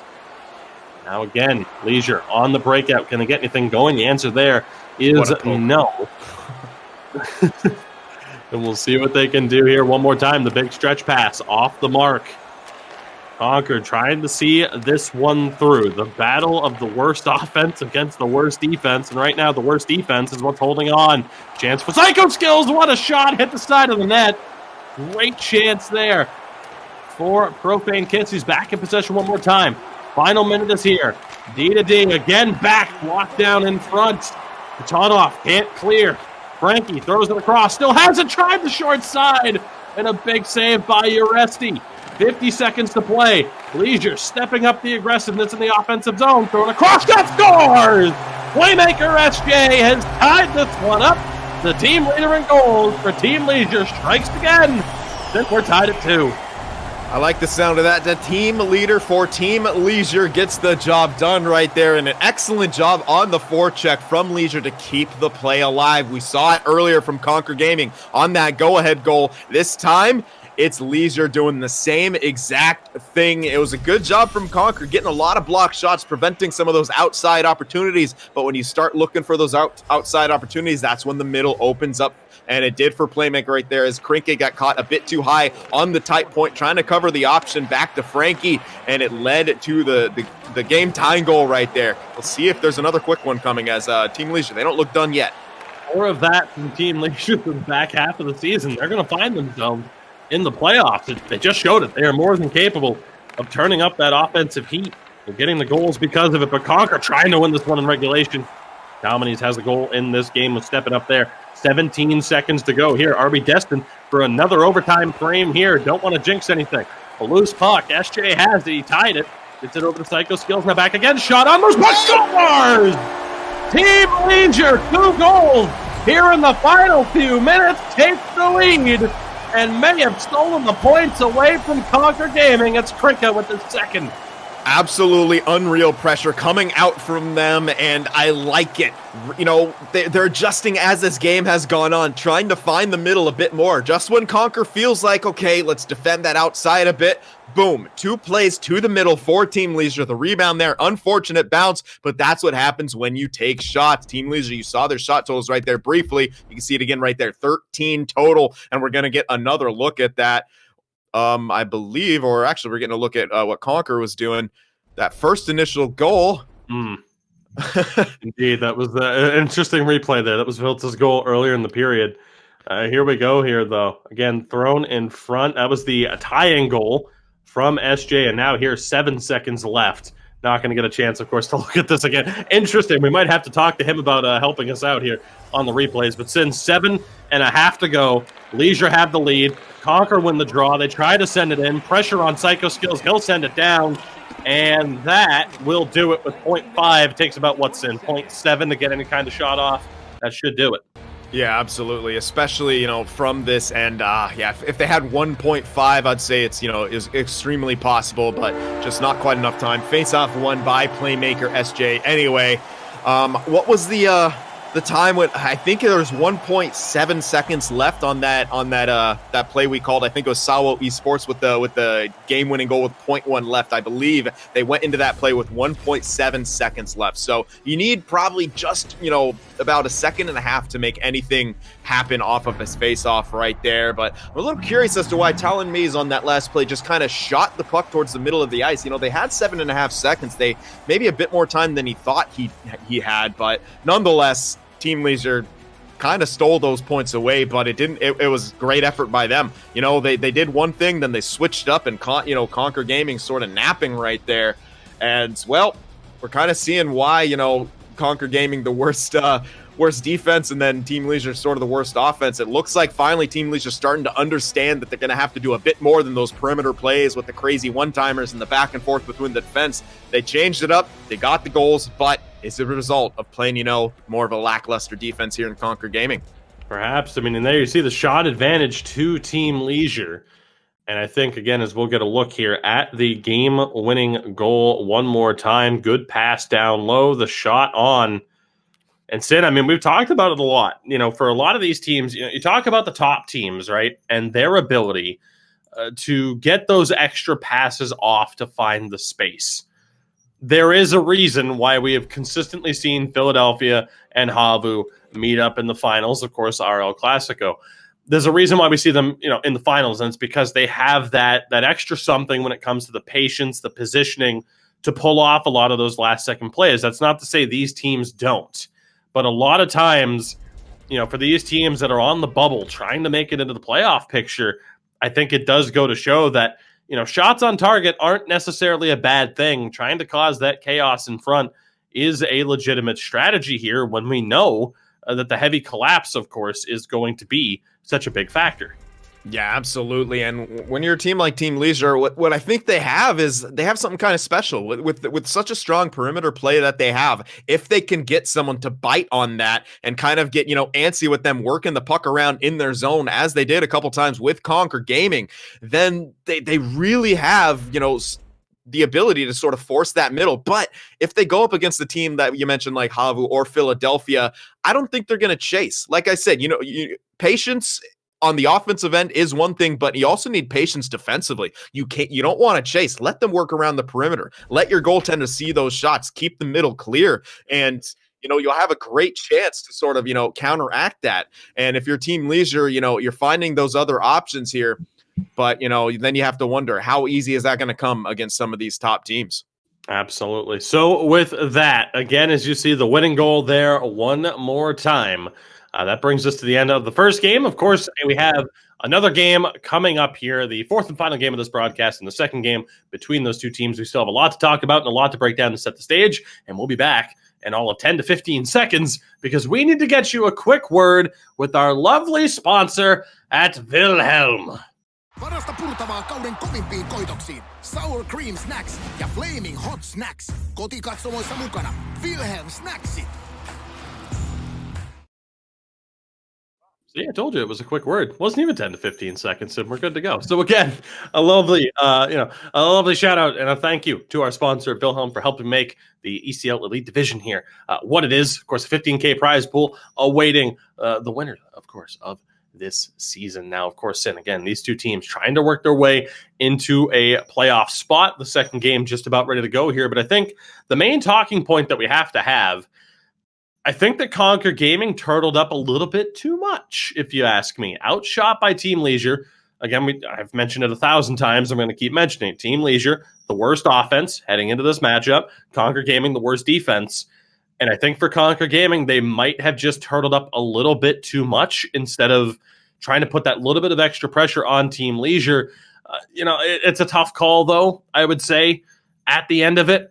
But I don't know. It's tough to say exactly what we're going to see here out of this next matchup because say what you want. Team Leisure, they're not pushovers, but you get outscored and lose to the worst offensive team in the league. It can have you kind of question some things. Yeah, and Conquer, while they did seem to be trying to put more emphasis on defense, it seemed like if you want to play good defense, you're going to have to do it in all three zones. And honestly, a good defense is a good offense. When we saw them ratchet up that pressure and on that forecheck, that's what got them that go-ahead goal. Their first goal, what did they do? It was Talon Mies, ramping up the pressure, taking it upon himself to try to get by Team Leisure's defense. So for Conquer Gaming, you don't want to defend too much. Like you said, if you turtle up, put too much emphasis on defense, then you're defending the whole game. So it's about that balance. You're going to want to try to get those pucks in and try to keep the pressure on. Again, when they had that forecheck going, when they were using those defensive skills in the offensive zone, that's what gave them a lot of success, and they were really throwing Team Leisure for a loop. So they're going to need a bit more of that here in the second game if they want a chance to get these next 2 points. Absolutely. And I mean, again, too, you look at the recent results for these two teams. Team Leisure last week, it was a decent run of form. 0-2 to Havu, which, hey, what are you going to do? There are defending champions. That's to be expected. A 1-1 split against Kova, who's kind of in the same spot. But then it was a 1-1 split to Dark Horse. So, of course, we saw in action earlier, and that's where they really would have wanted to pick up those extra points. They also earned a 1-1 split against Gotham this past week, or during this week as well. So for Team Leisure, it's a great start here. You walk away with all 2 points in that first matchup. You don't give up a point to Conquer by going to overtime, which, again, these two teams, just one spot separated them, tied in points, entering the action today. So, you talk about that. An extra 2 points for Team Leisure over Conquer is a huge result. For Conquer Gaming, though, this was a matchup that you're looking at, and it's like, okay, over the past 2 weeks, last week and now this week, your past 4 matchups have been against playoff teams. Yeah, no, Go ahead. Sorry to cut you off there, but I was just going to bring that up. I mean, this week against H-Reds and Yipivaskala, 2 splits. And if you're looking at Conquer Gaming, did they perform like a team that just split with H-Reds and Yipivaskala? Probably not, especially against a team like Team Leisure. So I think there's an extra gear that we need to see from Conquer Gaming here that they're going to have to show up with. And, it starts now. But we have seen this before in the past where Team Leisure, they just seem to kind of create some weird matchups against team with their offensive style. And it kind of threw Conquer Gaming for a loop by the looks of it. Absolutely. So again, just a few moments away from puck drop here, our second game of this home and home with these two teams, and our fourth and final game of this broadcast. Again, our personal final broadcast here before the holiday break. So we thank you very much, of course, for joining us here. Again, there will be a stream tomorrow afternoon, though, tomorrow night around the same time here as the previously aforementioned Havu Gaming, our defending champions, will be taking on H-Reds, and Roots Gaming will be taking on Gotham Knights. That broadcast will be in Finnish. We'll have a little bit more information on that a little bit later on. So again, not a bad way to send this into the holiday break here with the action we've seen today and what we're going to see tomorrow as well. And listen, I do believe that we have look here at the top 10 goalies as well, because this was one of our key talking points heading into this. You see RPH, he has dropped now a tiny bit in terms of save percentage, entered the day in second, but you see how close he is to Sapriks, who of course we saw in that first matchup as well. That's one of the things we talked about for Leisure. Get that offense going, because you have legitimately one of the best goaltenders in this league on your squad to back end things. Yeah, absolutely. And, they did it in that one. But again, you're doing it against one of the worst defensive teams. So, how much can you take from that? If you're Team Leisure, you want to get going, you're going to need a bigger game from the offense in this next one. Absolutely. So again, puck drop just a few moments away here. You see the two teams in the lobby, just about ready to go. Sin, don't see any differences in the player types here. Still just a lot of puck-moving defensemen, as you've talked about, emphasizing the puck control over all else. And I'd say the little bit of extra agility that can come with it. Again, the meta build here that you're going to see a lot of throughout, of course, the ECL and really the divisions all throughout. But Sin, huge 2 points for Team Leisure. Conquer Gaming, what do you think we're going to see here? Like we said, did they maybe tighten up a little bit too much defensively and allow that one, to get away from them? What do you think we're going to see from them? They desperately need these 2 points. More aggression. Plain and simple. And that's, all 3 zones. If Team Leisure is going to work the perimeter, though, maybe, keep them from the middle right there and hope that your goaltender can make that initial save, but aggression on the loose pucks. You have to chase down those loose pucks and, be more aggressive on the break-ins, keep being aggressive on that forecheck, because when they did that, like I said, they got that go-ahead goal. Both of their goals came from aggression. It was Talon Mees hopping into the play, taking what was given to him, and on that forecheck, it was just their hunger, keep getting to those loose pucks, and it led to a goal. So I think we're going to need to see them get a lot more aggression here in all 3 zones. So here we go, puck drop underway. Conquer Gaming in the black and red. Leisure here in the white and black. Our fourth and final game of this. Again, we thank you for joining us. The ECL Elite Division, Season 11. Can you believe it? Brought to you, of course, by Wilhelm. And it's been one of our great pleasures here over the past few seasons being able to be the primary English commentators here for this league. And like you've mentioned now, we have some familiarity with these teams despite the rebranding, and just seeing consistently, like, okay, how do they play this year? Because Team Leisure, as you mentioned, has a great offensive opportunity there off the deflection. Team Leisure haven't exactly been a team that's been known for offensive struggles in the past, at least not to this extent. Yeah, I mean, they've had some moments where they get matched up. I remember a series that they did last season against Luleå where they just couldn't buy a goal, and Luleå was just swallowing them up defensively here, and that seems to be some of their struggles right now. You know, that perimeter play, the one-timers, the kind of odd-angle shots, but what they got to do is use that to their advantage and, you know, start attacking the middle, which, you know, led to their success, you know, in the last game here. Face off here now. Of course, we want to give a shout out to those following in chat, including one of the best goaltenders in the league, multi-time champion. It's Kape in chat, ladies and gentlemen. One hell of a streamer, by the way. Be sure to check him out. Not just great in NHL, also great on the FIFA streets. We'll see what happens here. Conquer again trying to shut things down defensively after letting some points slip away from them in the last game. Frankie throws it on. Another deflection bid. Sin, like what I'm seeing here out of Leisure, going for the deflection game. Not the most reliable strategy, as I can tell you.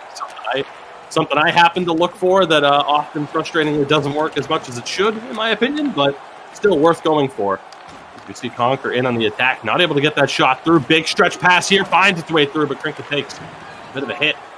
Not able to work his way through, still fighting for it, though. Team Leisure putting the pressure on here, Sin. Again, you know, for a team that has struggled offensively, I like what I'm seeing out of them here. Absolutely.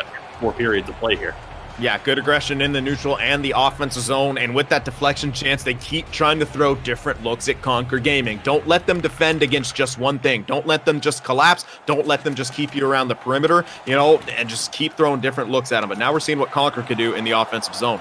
There's a pinch down low there by Kapako, one of the best pass attempts I've ever seen, but didn't quite find its way through. The opportunity here from RPH, one of the best passes I've ever seen from a goaltender. Okay, I'm going to stop now, I promise. We'll see what happens here, though. Psycho Skills looking to work his way through, one of the better offensive defensemen. And a chance here once more, trying to cycle it back to the top. Get those defensemen involved has been the strategy, nearly finding space on the short side there, though. Good heads-up play from SJ. Trying to find his wingers on one of the short side angles. We'll see here, though, what Conquer can do in response. And the answer is circle right back. Mistiming the zone entry here. Delta not able to find space. And Sin, very good start here from Team Leisure defensively, although I may have spoken a bit too early. The commentator's curse is alive and well, as we know. Forced to hold it on the backhand again, back to the point. Talon Meath tried to get one into the zone, or at least a bit further into the zone. There really was no space, so you know, I got to be honest, not the start I expected in this one as they tried the quick out. A bit too much English on that one, though, sir. Yeah, definitely. Now, that's a play that we're seeing a lot more of this year. Not just the slap passes straight down to get the bounce, but along the boards, especially if you bank it off the boards slightly before getting it to the player. It'll slow it down a bit, allow that pickup, you know, to take form. But that one was a bit too tough an angle to pull that off, and we saw the result. It was an icing call against Conquer. Good pressure there from Titanov to help force the turnover again. The green icon there on Conquer, expecting a big day out of him. He's been neutralized for the most part. Good chance there again from the point. Both teams showing a willingness to just throw shots on from the point. Let's see what happens. Down to under 3.5 minutes to go here in this first period. Again, if you missed it, Team Leisure taking the first game by the score of 3-2. A bit of a close one there with a late tying goal and a late winner to walk away with both points. This one going down to icing, or going down the other end for icing here. So big opportunity on this offensive zone draw for Yurtzik and Conquer Gaming if he can win it. And he can off the tie-up. The shot doesn't find its way through, but they maintain possession at the point. A couple of options here now. Again, biding their time. Down low for the low cycle. Quick pass in front. Nearly found its way to the target there, and Delta in front. Close call once more. Here come Team Leisure back down the other way, though. SJ able to recover that one. Back up to the point one more time. Frankie looking over to the winger. Tried to get it back in front to SJ. Just wasn't quite there. 6 seconds to play. One more rush. Quickly taken away. Delta still fighting for it, though. Can Conquer get a shot off? The answer is no. That'll bring us to the end of the first period for this relatively close game, which really isn't that surprising, I guess, considering where these two teams have been. Yeah, absolutely not. And it was a pretty good pace there. It didn't slow down a whole lot, not too much of the neutral zone trap. When it did happen, it did seem to go back the other way. But what I like from Conquer there, they're actually able to force Leisure into a couple icing situations, which obviously gives them an offensive zone chance, which, you know, Yurtzik was able to capitalize on with that, tie-up play. And, that's a good job from them. If you're defending well in the neutral zone, you can force your opponent into some of those mistakes like that and give yourself a chance in that offensive zone. We talked about it a bit in the pregame here. To defend well is defending well in all three zones. And it's on the flip side of that, it's the same as offense. You can create offense with your defense. And so, you just kind of need that balance. And that's what Conqueror's trying to find a bit more of here. In the same front, Leisure's trying to find that balance of, trying to spread out their opponent, not get too predictable, and, play good defense by keeping it in the offensive zone, trying to get a few more goals. Just one registered shot there for Conquer Gaming. Again, one of my bigger requests for EA to add to this game would be a shot attempt versus shot on target counter, because again, the shot on target doesn't really tell the entire story. It makes it look like Conquer Gaming, might not have gotten some decent chances there. I'd say they would. These are probably with the better of the chances, but still deadlocked here in a scoreless game. Miscommunication there, though, between the defender and the center. And Sin, we may have a disconnect here. An unfortunate time for that to happen, and a rarity, I would say, but it looks like that's indeed what's happening. Yeah, something that we don't normally see here, but yeah, it is a disconnect. It was the goalie, so that will always, drop out the entire team. Nonetheless, we would have had to exit anyway. But luckily, it's near the beginning of the period, so I'm not too sure how we'll handle this. I'm sure we'll get some info here from our behind-the-scenes team here and see how they're going to handle this disconnect situation. Absolutely. So again, Sin, we have plenty to talk about. It's one of the things that, honestly, I'll admit, has been a bit of a rarity this season. We've been a little bit lucky in that regard, so I'm not really going to complain at this point in time. That said, in terms of things that we have to talk about here, we kind of have hit upon all the points, I would say, in terms of, really what these two teams need to look to do and what they can look to do in general here. But I'll point it out to you then as we, again, wait for this restart here. Who would you say? Again, we have the stats in front of us here. We have an incredible amount of prep work, which I am more than thankful for, that helps us look, or at least me. You don't need help to look competent, but it helps me look a hell of a lot more competent than I probably appear to be. But, looking at the numbers here, looking at the stages and listening to the bells on this vest ring, who would you say is for both teams, the key man to really take over this game and help secure, again, a very valuable 2 points for each of these two teams once this restart happens? Oh man, that's a tough one. But I'm really noticing playmaker a lot for Team Leisure. He's in on the forecheck. He's really good at puck possession. He's strong in the neutral zone, obviously strong in the back check. I think it's tough to pick between him and RPH, but if you're looking for a guy, who'd also, gets the offense going, it was playmaker. Got that game-tying goal, was a big part of the game-winning goal as well. And as have seen so far in this one, his forecheck strong.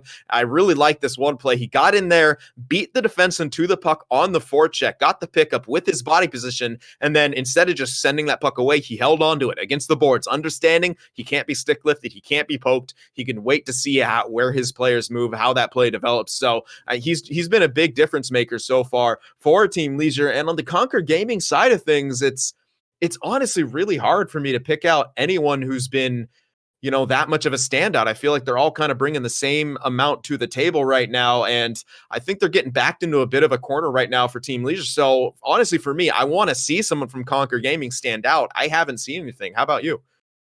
It really is tough to say, as you're kind of mentioning and alluding towards, trying to find really the one guy to step up as you can, again, get a look at the lineups here. We've called them out a lot, like you mentioned with RPH and Psycho Skills, both incredibly important options for Team Leisure, and again, for Conquer as well. I called them out at the start of this as my kind of player to watch, that being Tatanov, who has, again, been one of the more impressive rookies to date in this season. I would expect him to be able to step up here. Let's go. I want to buy in to the rookie hype. We've seen it in the past as well with other players, whether it be the emergence of Nicky Dangles on H-Reds, one of the younger players in the league and one of the best, to say the least. There have been a lot of those type of players where it's like, okay, I want to buy into the hype here. Prove to all of us that you are the real deal. And I'd say last year as well, Sin, the number one guy in that regard was Afe on Fariestad.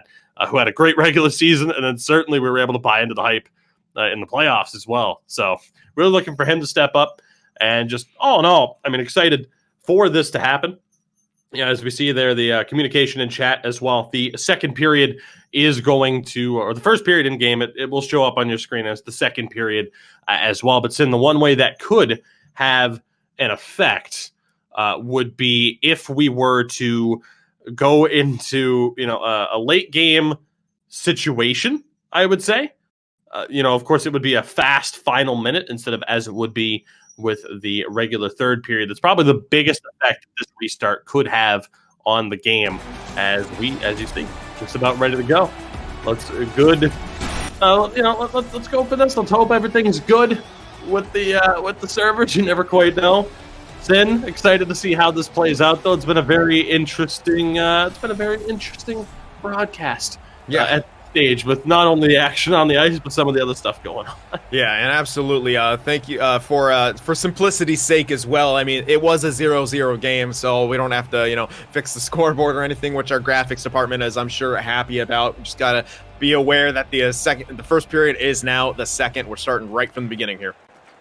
All right, so here we go. We are back underway. Second period here, and it's Conquer right back in on the attack. The one-timer, and they don't waste too much time. What a goal there. What a turn of events.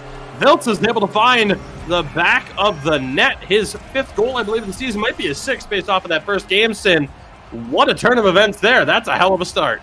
Yep, and we wanted to see more shots coming out of Conquer Gaming, and that was an absolute howitzer from Vilta there on the one time. Sort of a play that we'd see, Team Leisure pull out, those one-timers from a bit higher in the zone than they normally are. Vilta found some space and did not make a mistake. Not a whole lot RPH could do on that one. Tried to get over as fast as he can, but that shot was just blistering, and it's 1-0 here for Conquer Gaming in the second period.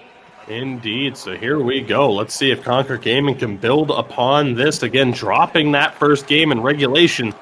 Desperate need to follow up points here. They tried the quick out there.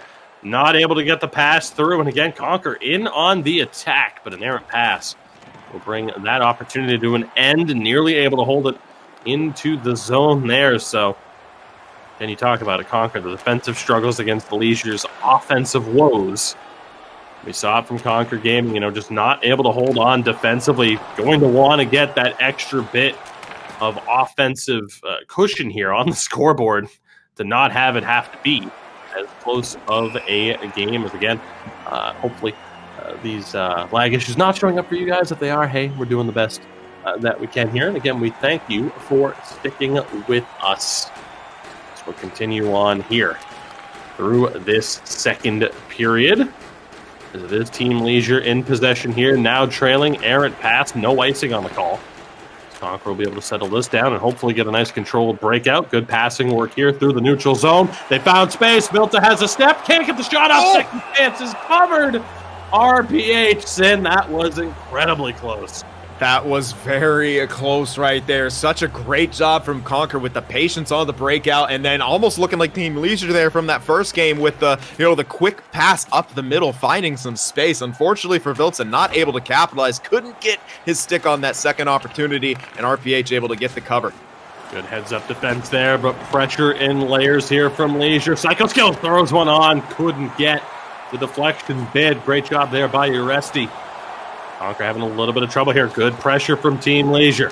Psycho Skills back in front. Loose puck and found ultimately by the center. Yurtsik able to shut that one down. See Leisure, again, the willingness to throw the puck on. Trying different looks, though. The offensive zone. We'll see if they can defend. Loose puck there. Don't know if that one found its way to RPH. Conquer still in on the attack. One-timer deflected by the center. SJ. It's not going to be credited as an own goal. The assist will count. Sin, what an unfortunate play there for Team Leisure. Conquer now up 2-0.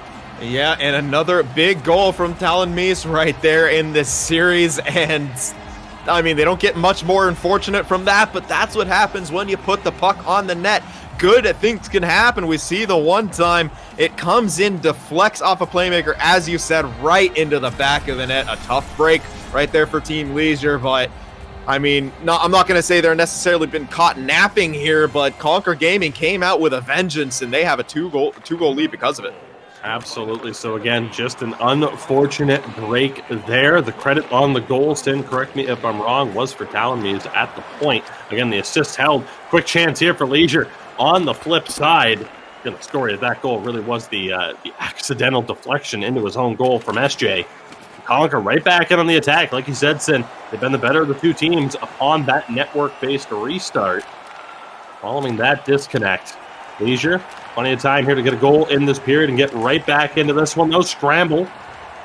Conquer able to hold on to it and settle this one down. So we'll see Talonese, what is he going to be able to do here? Takes his time, tries to find the pass. No incidental contact to break that one up. Brinka still fighting for it. Conquer right now, this is where they want to be. Extend that lead and then be able to focus in on their defensive inefficiencies. Yeah, absolutely. And right now, the neutral zone game's starting to pick up, which is only going to benefit Conquer Gaming. They can take all the time in the world. Errant pass right there. They'll look for a reset, and Team Leisure a little bit hesitant to get in there on the forecheck. They might pay for it. Pass built a breakaway. Big save by RPH. Never really gave him the angle. And a huge stop there from the Team Leisure netminder, keeping this at just a 2-goal lead. Now 3.5 to go. Vilsa has a step once more. Cuts back, not able to find the space. 3 minutes to go here in the second period of play. Leisure really do need a goal here to get some momentum on their side, but just nothing doing in the offensive zone right now. Pass off a skate. Still stays in control here for Conquer Gaming. Final 2 minutes, bit of space. Yarczyk breakaway, gets tripped. That was a damn good trip, but there's going to be a penalty shot. In huge chance for RPH. Looked like that was going to be a goal if he got that shot off on the backhand. It absolutely was. RPH just a little too far away to defend against the backhand, but he's going to have another chance here on the penalty shot. We'll see if those nerves of steel aid him right here to keep his team in it. Here we go, Yarczyk stepping in for Conquer Gaming. Can't get it on the drag. Big flying poke check from RPH. Again, we called him Atlas in the keys to the game. We're seeing that titanic effort from the Team Leisure netminder. A huge save there to yet again keep his team in it. Final minute of play coming up here. Plenty of time, though, for either team to get a goal that could swing the balance of this game one way or another. Profane kiss, back to Psycho Skills at the point. D to D, Frankie goes back one-timer and a big blocker save there from Uresti. 5 seconds to play. Can Conquer Gaming get one more chance here? Pulled through, built a slap shot, taken to the chest. RPH makes the save, but Sin, what a turnaround that was there in the second period. Upon the restart, Conquer Gaming came out firing on all cylinders and have a 2-0 lead because of it. Yeah, and I feel like we really kind of saw the real Conquer Gaming come to play right there. We mentioned, before this game, 1-1 against H-Reds, 1-1 against Yipivaskala with the splits, and they didn't really show that in that first game against Team Leisure. I think they really showed that here after the reset, and I mean, that one-time goal was great.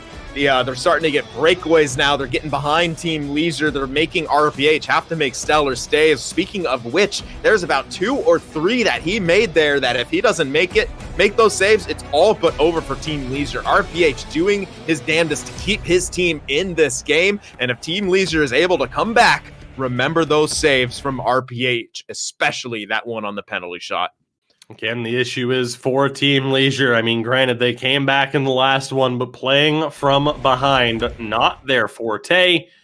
Mentioned it ad nauseum at this point, but the worst offensive team in the league thus far, down by 2. And Sin, there we got to look at it. That really unfortunate deflection off the leg of playmaker SJ that led to that second goal. We'll see what happens here. Third period just about ready to begin. Yeah, and, Conquer Gaming, just more of the same here. And unfortunately for Team Leisure, with the reset of their goaltender disconnecting, they do not have the last minute of real time that they normally would here for the third period. Absolutely. So again, second period, we're going to try to get that fixed on the overlay if we can, but it is technically the third period between these two teams. Again, because of a restart due to a disconnect. So we'll see how this goes, and there you go. Thank you, of course, to our Lovely producer behind the scenes. Couldn't imagine working with anyone else. Breakaway here. Opportunity. Scores! Conquer Gaming, upon the restart, have taken control. Then they're not letting go. Yurtsik has another one. Once again, for about the fourth time in this game, they get behind the defense. This time it's Yurtsik, and you cannot rely on RPH. As good as he is, you can't keep putting him one-on-one against players of this caliber. Eventually, he will be beat. It happens right there. Yurtsik, excellent patience, gets in tight, able to put it home on the forehand. As good as positioning it was for RPH, there's just too many gaps to shoot through, and Yurtsik makes him pay. 3-0 now in the third period with a fast last minute. Team Leisure, they need a quick one right here. They need something to swing the momentum, and they cannot allow any more of those breaks for Conquer Gaming. It could be a season-defining game for Team Leisure if they're able to battle back in this one with Conquer Gaming. Sid, we talked about it. Maybe they were a bit too defensive in that first game, but we've seen it. They are going for the kill here. They know that they have the offensive advantage on paper, but Leisure, opportunity, second chance, backhand swing, loose puck doesn't find its way in.